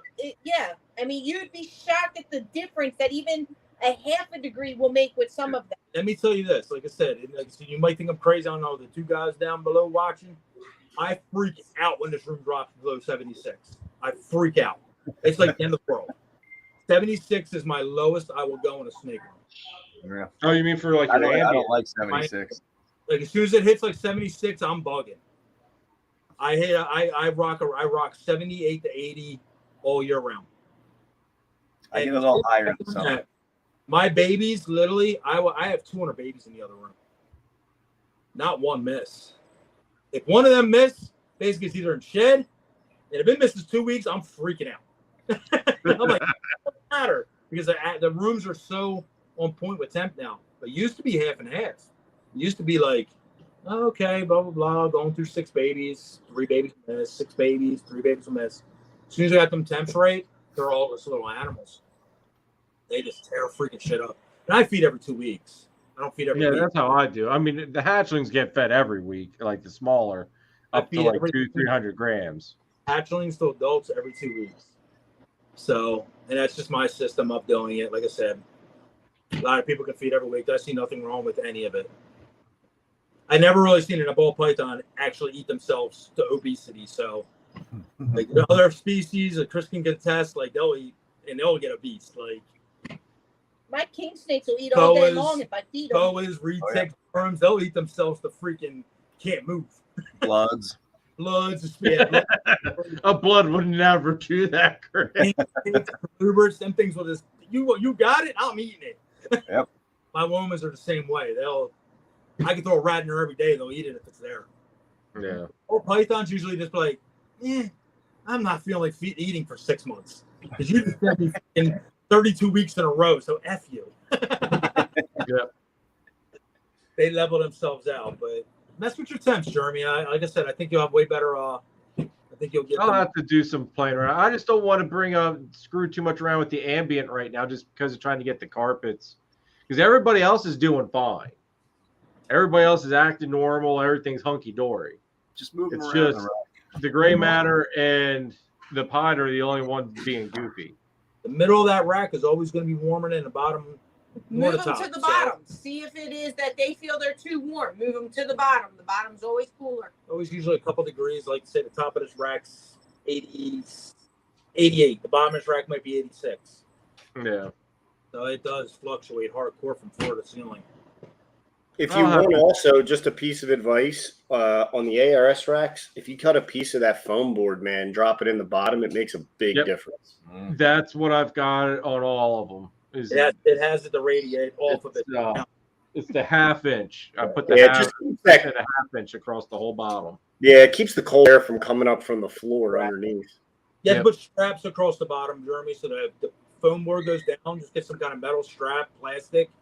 Just do one in the middle or two towards the middle. So basically, when you put the foam board in, it just doesn't have the four corners to support on. You fall through and have a little bit of something to sit on. Oh, Get a little bit of support through a middle beam or whatever, or two towards the center. no, that makes sense. Yeah, because it has them 4 cutouts for the wheels. Usually they'll dip. If you buy like foam, it'll dip right there in the middle if it doesn't have some kind of support. Yeah. No, that's actually a good thought too. I don't have the middle supported, but Yeah, we have to go out and do that to ours. So I don't use any of the bottom bins in this room because of that.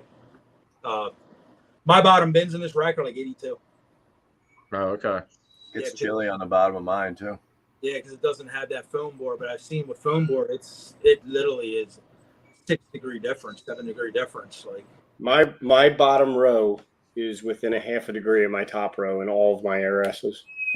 Now, Jeremy live? what? Do you feed live, Jeremy? I feed frozen thaw, which was what he hit the first time. Now I did try him with a live, and he cuddled with it. Like, He's going way he too had long. this freaking rat, and he just wrapped up with it, and he nuzzled the freaking pup. I checked it like 3 or 4 different times because I left the pup in there. You know, figured, all right, turn the lights off. We'll let it get dark in here. He'll do his thing. Checked.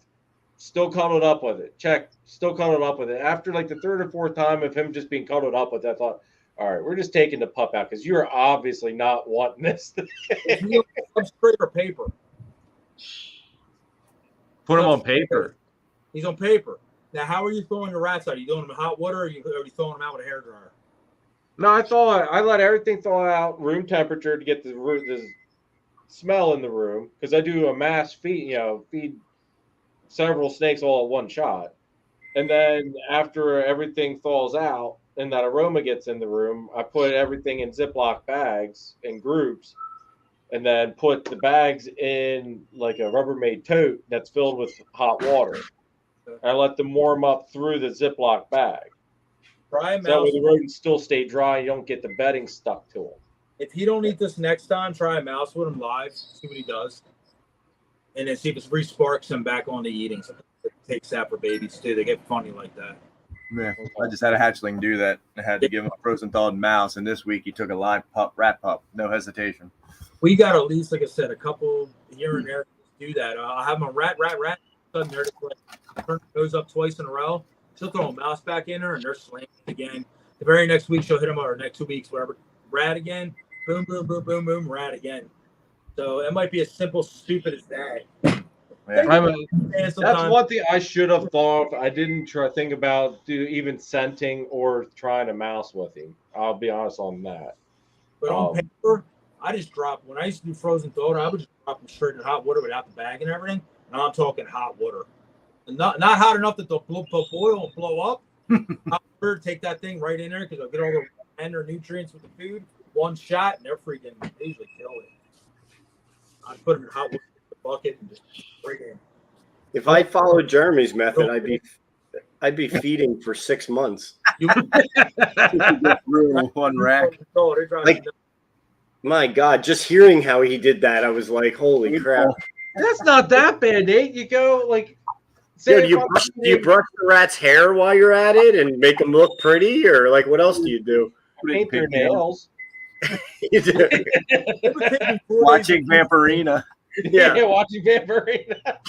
No, like, all right, like the adults, obviously, like everybody's basically on an every other week schedule. So I'll go like some of the hatchlings. They're an every week feed. Do you start like today and then you're finished in 2 weeks? No, like I'll feed, say 3/4 of them of what I need. I'll feed 3/4, say Friday night. But I let myself that room for error. That is like this time of year, the girls are going off food because of making that room for either follicles or food. So I thaw out less than what I need, and then if I end up needing more, well then like Saturday night I'll thaw out more stuff. So that way I'm not wasting anything. But it doesn't take that long to do it. I think because you don't know how fast it can be. Well, you're feeding live though, aren't you? Yeah. Oh hell yeah. I don't have time to be messing around with live rodents. Hell. Messing around? You don't have time for live rodents. Did you really just say that, Jeremy? Come on. He did say that. I did. It was one of the most oxymoron things I've ever heard. Right. Right. But I can spend 16 hours feeding my snakes pretty frozen ones. No, it doesn't take no 16 hours. Frozen suck. Only 8. I'm gonna be Danny right now. You lost your mind feeding frozen. You lost your mind. How many are in your collection now, Jeremy? Anything over? God, I think he hasn't hit the threshold. I can guarantee he hasn't hit it yet. It's like between 50 and 60. You've lost your mind. Let me. It's gotta be at least around 50 now. I mean, since I've offloaded all of the babies. Now he's recovering. So it's basically right around 50-ish because I had to up my husbandry pro because I had too many for that. Nathan said he. I forget that tier that I had. My husbandry pro. What did I say? You come help us set up husbandry. No, not set up. He said he was going to come do it. Oh, he said he'd come do it. Yes, Nathan was so Nathan's too nice busy. about I'll that. do it. I'll do it. I've got to come pick up my snake anyway. That's just payment for doing it. That's fair. No. Speaking of Wait, husbandry what's going pro, on here? just so you got, just as a slight hint, the guy that runs Husbandry Pro, Robert, I'm lining him up to be a guest in the beginning of January. Okay. So we will have the man behind Husbandry Pro here that we want to do it over a whole bunch of stuff. Perfect, because I have a very specific question I need to ask him. So that's perfect timing. So you can ask him then. I know it'll probably take us a year to set it up. I know. I've got Robert lined up with Husbandry Pro. We're gonna have Bob. I have Bob Vu lined up. I'm gonna get with him, talk with him this week as to what date works best. But it's looking like probably the second week of January. And then after that, I'm gonna have to kind of weed through who I want to have on after that. But I know at some point I'm gonna get Dave Kaufman on.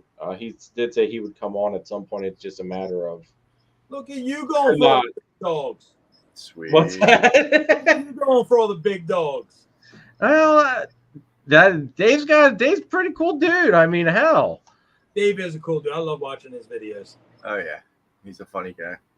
I did think about trying to get him and Cusco on, but Brian warned me that that's not a good idea because they'll just take over the show. I'm going to have Dave on at some point. Hopefully we can get a date that lines up.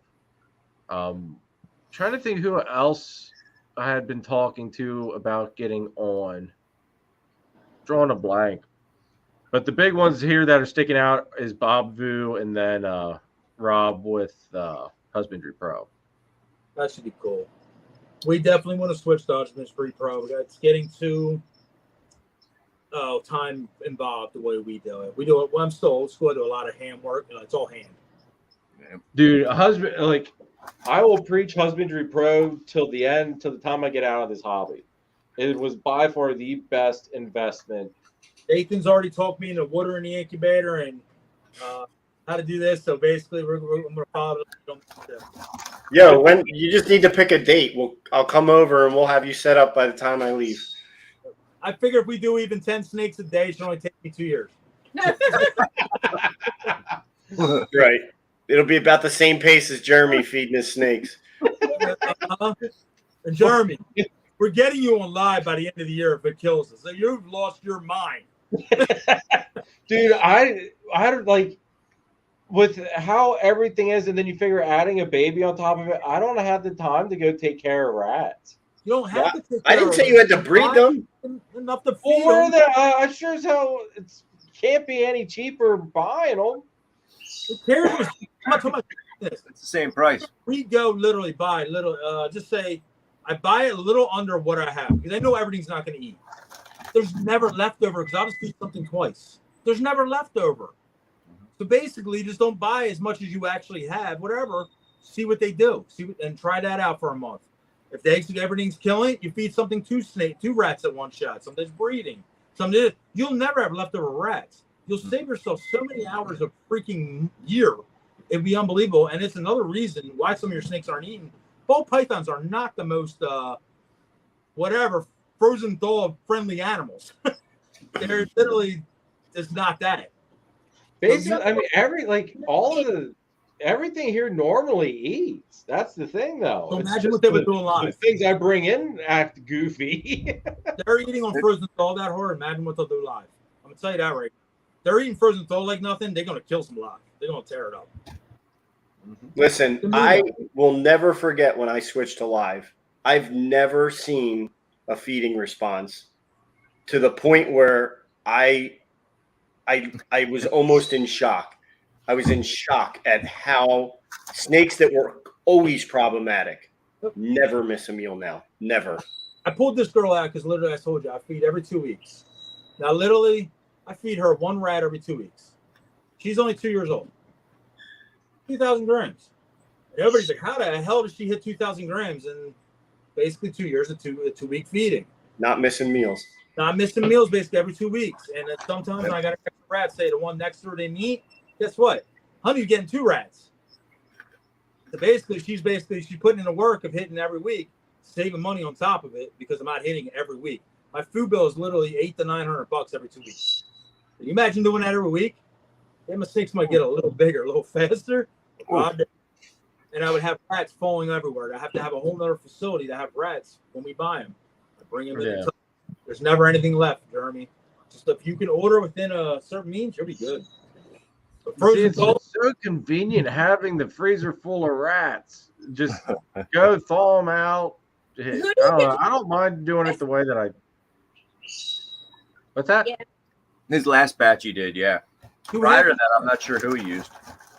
I use Chris, and I use a guy from Rick's Rodents is what it's called. That's what we did at first. Pfeiffer in Lancaster. Yeah, he uses Rick. Oh, yeah. The Rick test we use. Do it half and half, Jeremy. By 1 week live. Second week, you have your shit in your freezer. Try that. Still add half of them, whatever. See if they'll eat again. Go on, week off. Frozen live. See what they do. I guarantee your snakes will blow up quicker, especially live. Well, you mean blowing up as far as growing faster? Growing faster, food response better, more snakes eating. I think literally if you're serving frozen thawed across the board, some snakes are just like, I'll eat once a month of frozen thaw. But if you gave me live every 2 weeks, I'm gonna tear it up. Every week. That's a lot. With these guys, I mean, when I open up the tubs, they're coming out. Then you need to feed them more. I'm not bullshitting you. When they eat, ask Chris. My rodent size is. You need to bump your size because I'm gonna tell you, like I said, they shouldn't be all lunging. I have some breeding season. These girls go into frenzy is what I call it. That couple months right before they start building, my God, they are coming out in your face. But literally, if they're coming out like all the time, they're hungry, man. Feed them up. You're not gonna over. Like here, breeding them, you're not going to overfeed them. Yeah, exactly. You'll never overfeed a freaking snake that comes grabbing. Nope. They'll turn a freaking beef jerky after they're done laying them eggs. Like this girl here. Now she's only 18 months. Feeds every 2 weeks. She's eating medium frozen thawed rats now. This is a pastel double hat. After she's done eating, she come out for more to stay open and check her. Is her face? No, after she eats that rat, she goes and she's just happy. She's content. She's done. Like I said, she's eating a medium rat, though. Do you have snakes that come out after they're done eating? Oh, no, not after they eat. No. God, no. So after they eat, they're done. They don't want anything else. Girl, one, nice size meat.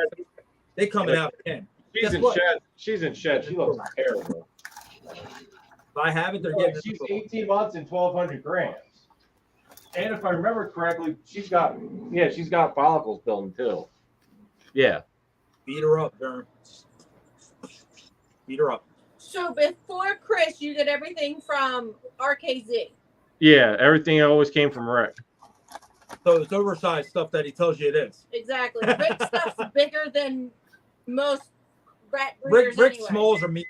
Rick's weak. Yeah, I know. Because I saw him 80 smalls, and he tells me I need something that's a little bit bigger, but not too big. So you need a medium. Well, no, but We came up with the size. It's called a taint. It taint small and it taint large. He's going off Rick. Yes. My freaking mediums are freaking large, like small. oh, I know. I bought from Rick plenty of times, man. His rodents are big. That last time Chris brought me rats. Remember that? I was like, I thought you said pups, man. What are these? That's a good thing. That's a kick-ass rat breeder. Damn it, pups are 10 to 20, maybe 22 grams. Damn it, not Like, 25. a rat this big. You're like, yeah, we'll see. We've been breeding rats now for all this time, and I know my sizes are whacked. I know they are. I'll be like, oh yeah, I feed it a wean. They're like, really? That's it? And then they see it, and people are like, wait, that's not a wean. That's small. And that's why, like, for the most part, we can get away with feeding every 2 weeks because it takes them for time to digest it. They're not eating a small pup this big. They are eating a pup. Well, 9 out of 10 times, usually know the ball python cycle. It's after 3 days after eating, they pee. Then they pee again. It's usually like a double pee. Like another 3 days after that, they pee again. Then usually about a week and a half to 2 weeks, that's when they finally take a dump. That's when they're ready again. As soon as that shit comes out, they're ready to eat again usually on end. Now, don't get me wrong. They'll eat again before that. But that's when they're usually that. When you usually see them poo and all that stuff, that's when it's like, okay, it's time to feed. Because their bellies are they pooped it out, what you fed them. Time to hit it again. The cycle continues. Plus, it's a lot more beneficial for them, though, too, to feed them every 2 weeks. Right. They use up more of what they eat. Right. Exactly. You don't get as much of a mess as often because they're using up more of what they eat. Right. They're not putting out their heart meal goes back to normal size. Like their heart enlarges when they digest. I've talked to so many guys. Feeding every 2 weeks lets their heart go back down to size. Their plasma thickens up during digestion. So that lets the plasma and their blood kind of go back to normal. I mean, there's so many benefits to feeding every other week. I talked to a lot of guys, they feed every week and their food bills, whatever, every week. They're like, I feed every week. And they actually feel bigger than I do. And they're like, why are your snakes so much bigger than mine? I said, they have to hold on what they're eating. If they think it's coming every week, they're going to shit faster. Their whatever metabolism kicks in way harder, and it literally comes right out. What goes in comes right out because they're ready to eat again. They're not growing. At the end of the day, if you're feeding them just say 600 gram snake, you keep feeding it weans this big, it ain't gonna grow. It's gonna take forever. And yes, power feeding is a completely different thing. We don't power feed now, not whatsoever. That's a whole nother thing. No, like everything here, it gets fed to where, like I said, after 200 grams, it goes to every other week. But at that point, that's when it eats. You can see a slight swell in its belly. You know it's full. And these guys, those rats on hand, so literally they see their snake's behavior being like, at the front of that bin, it's time to go. It's rock and roll time.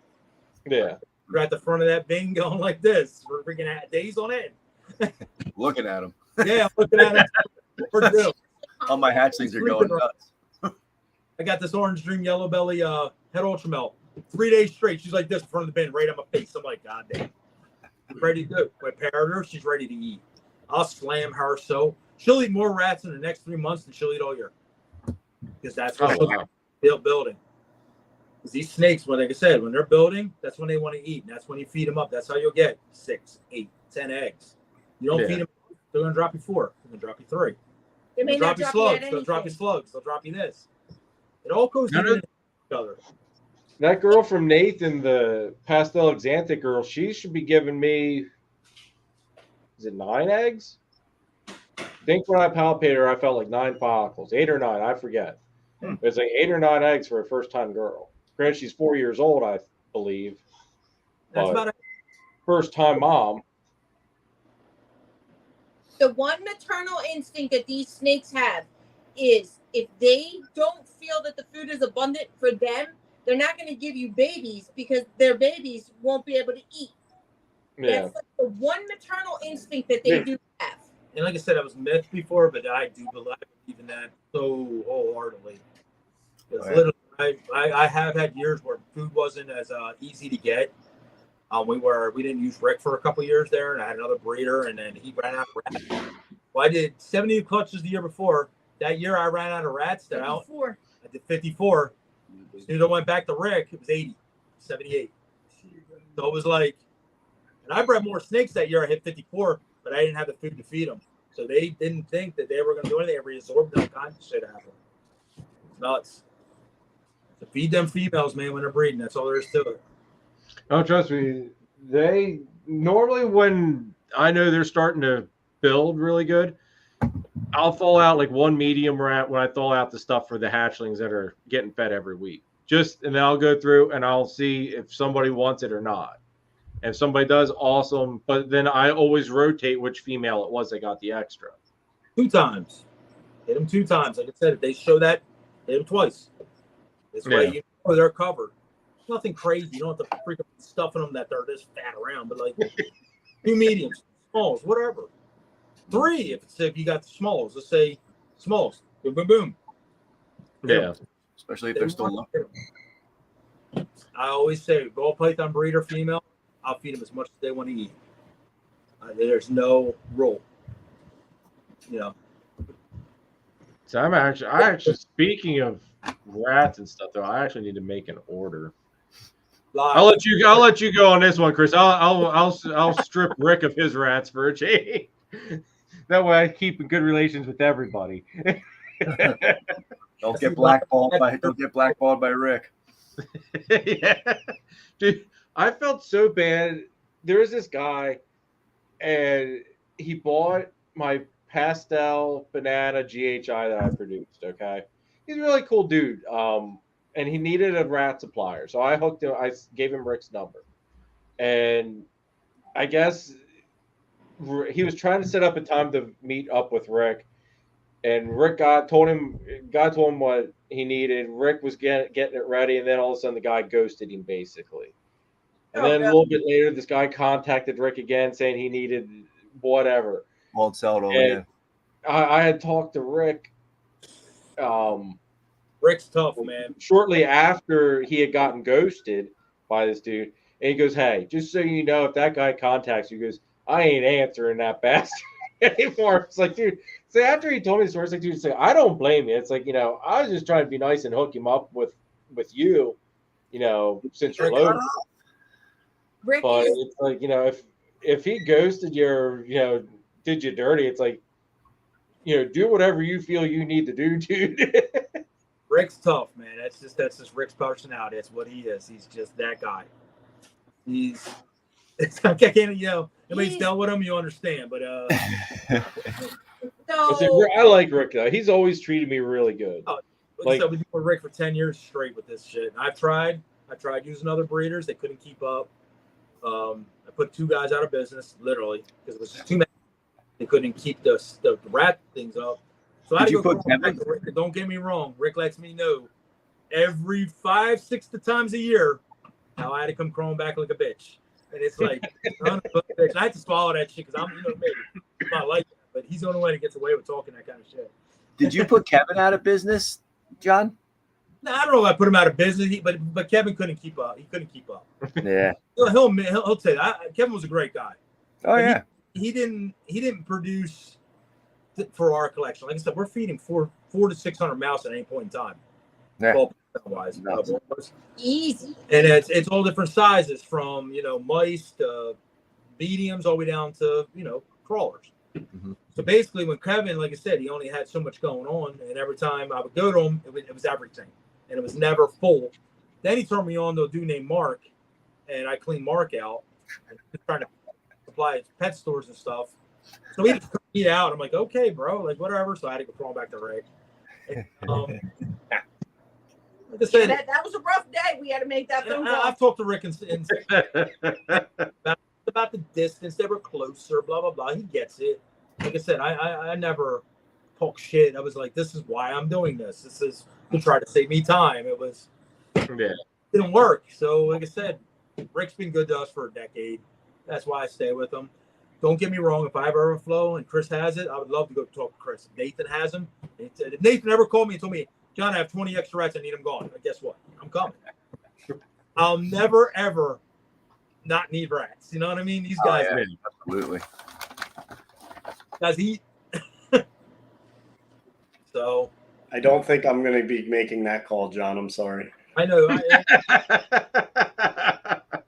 Sorry to break it to you. Every now and then I call Chris and I say, you know what? Somehow I've run out again, even though I made 200 babies every week.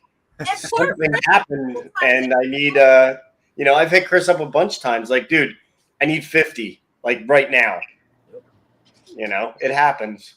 Sometimes I fall asleep. I forget to swap out, females, and they start giving me small litters, and I'm not paying attention. We come back here some days. I look at her. I'm like, God damn, we could have ordered another 100.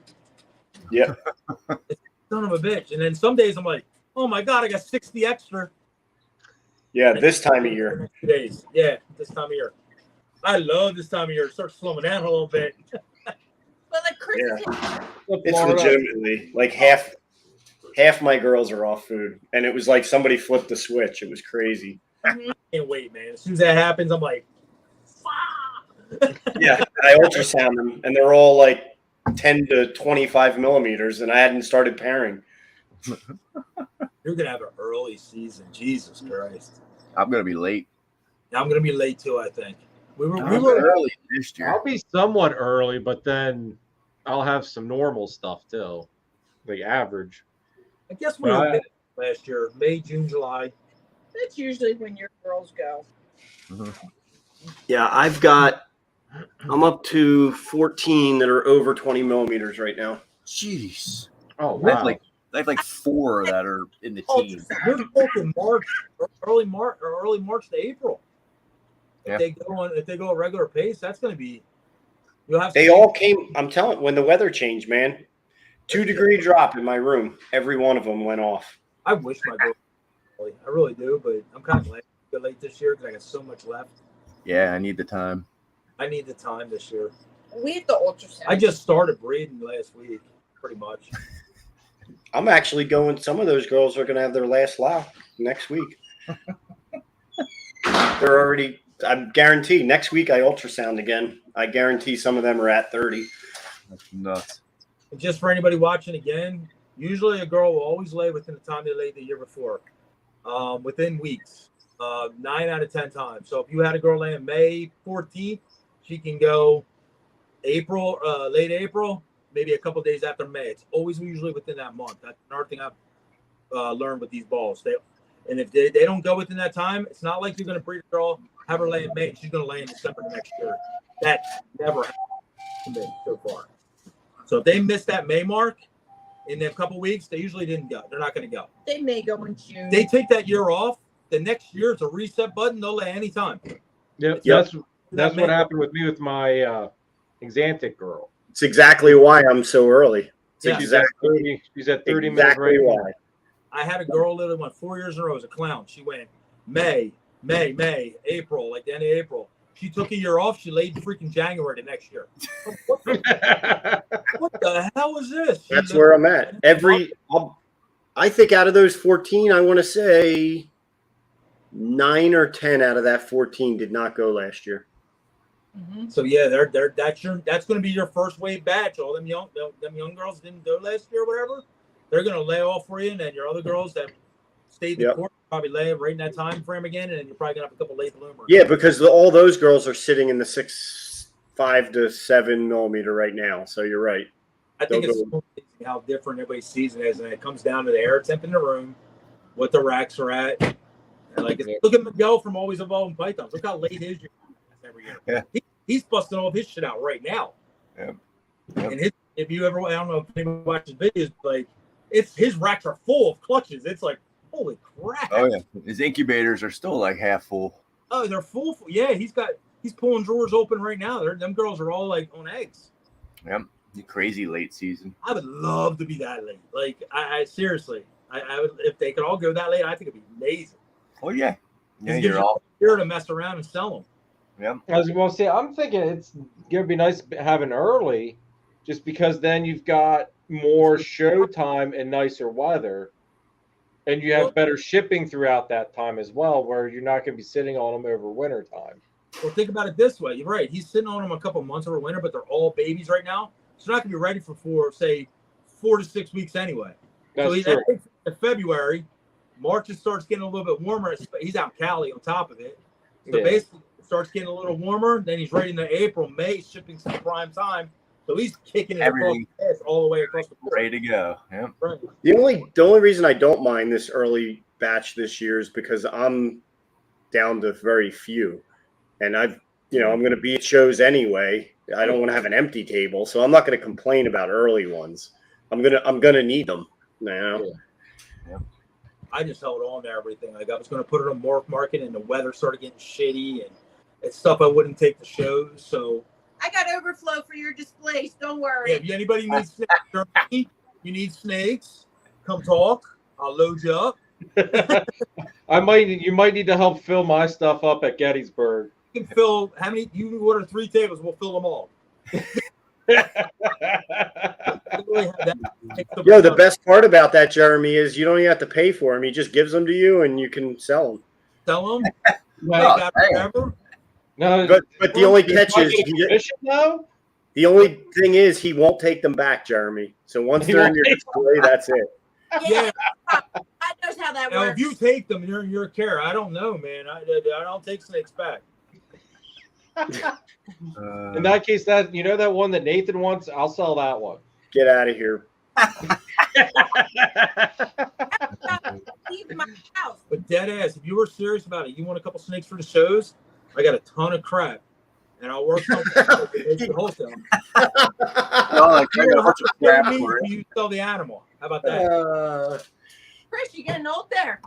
Yeah, my back's a little sore. There's no back on this chair. It's all open. So, what other person you can say that to? I'll give you the snakes. You don't, since I know you so well, you don't have to pay me to sell the animal. But now, do I have to feed it until I sell it? It depends. Oh, yeah, because it goes home with you. Depends what you take. They may not sell as well if you don't feed them. You get your rats from Rick and say, "Oh, just put these with John and Christine because they're their snakes." Just charge it.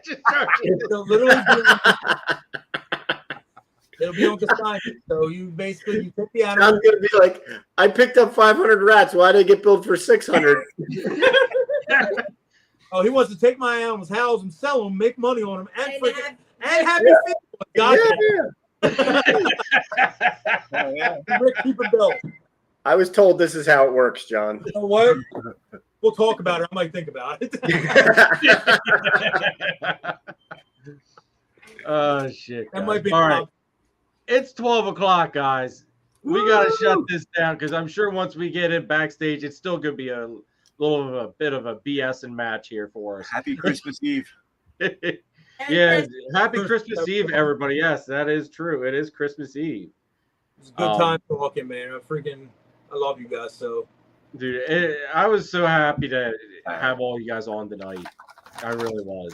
Good time as always. Great show. Wish Danny could have stayed around for a little bit more of it, but really, do you, Jeremy? Danny adds that extra little spice that everybody needs in their life. He fought with his cleaning lady half the time. That poor guy asking the question about the $200 versus $500. He was like, imagine his face when Annie answered his shit. I'm like, he was like, fuck that. Holy shit. Yeah, Danny's got his own. Danny's just Danny. That's the only way to put it. Yes, he is. He is the man. Yeah, we got to get up early tomorrow and watch tree cleanup. Oh yeah, you guys got that big tree down. That's right. I forgot about that. Yeah, everybody, we're gonna wrap this up.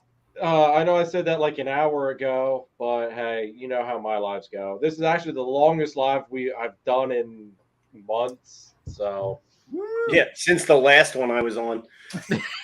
That was a long one. All we did was talk a bunch of whatever online versus doing this in private. So usually how it just everybody, thank you so much, guys, for coming on and hanging out with me. Everybody in the chat, thank you so much for all the great love and support. And I hope you guys all have a Merry Christmas. And I'll see you.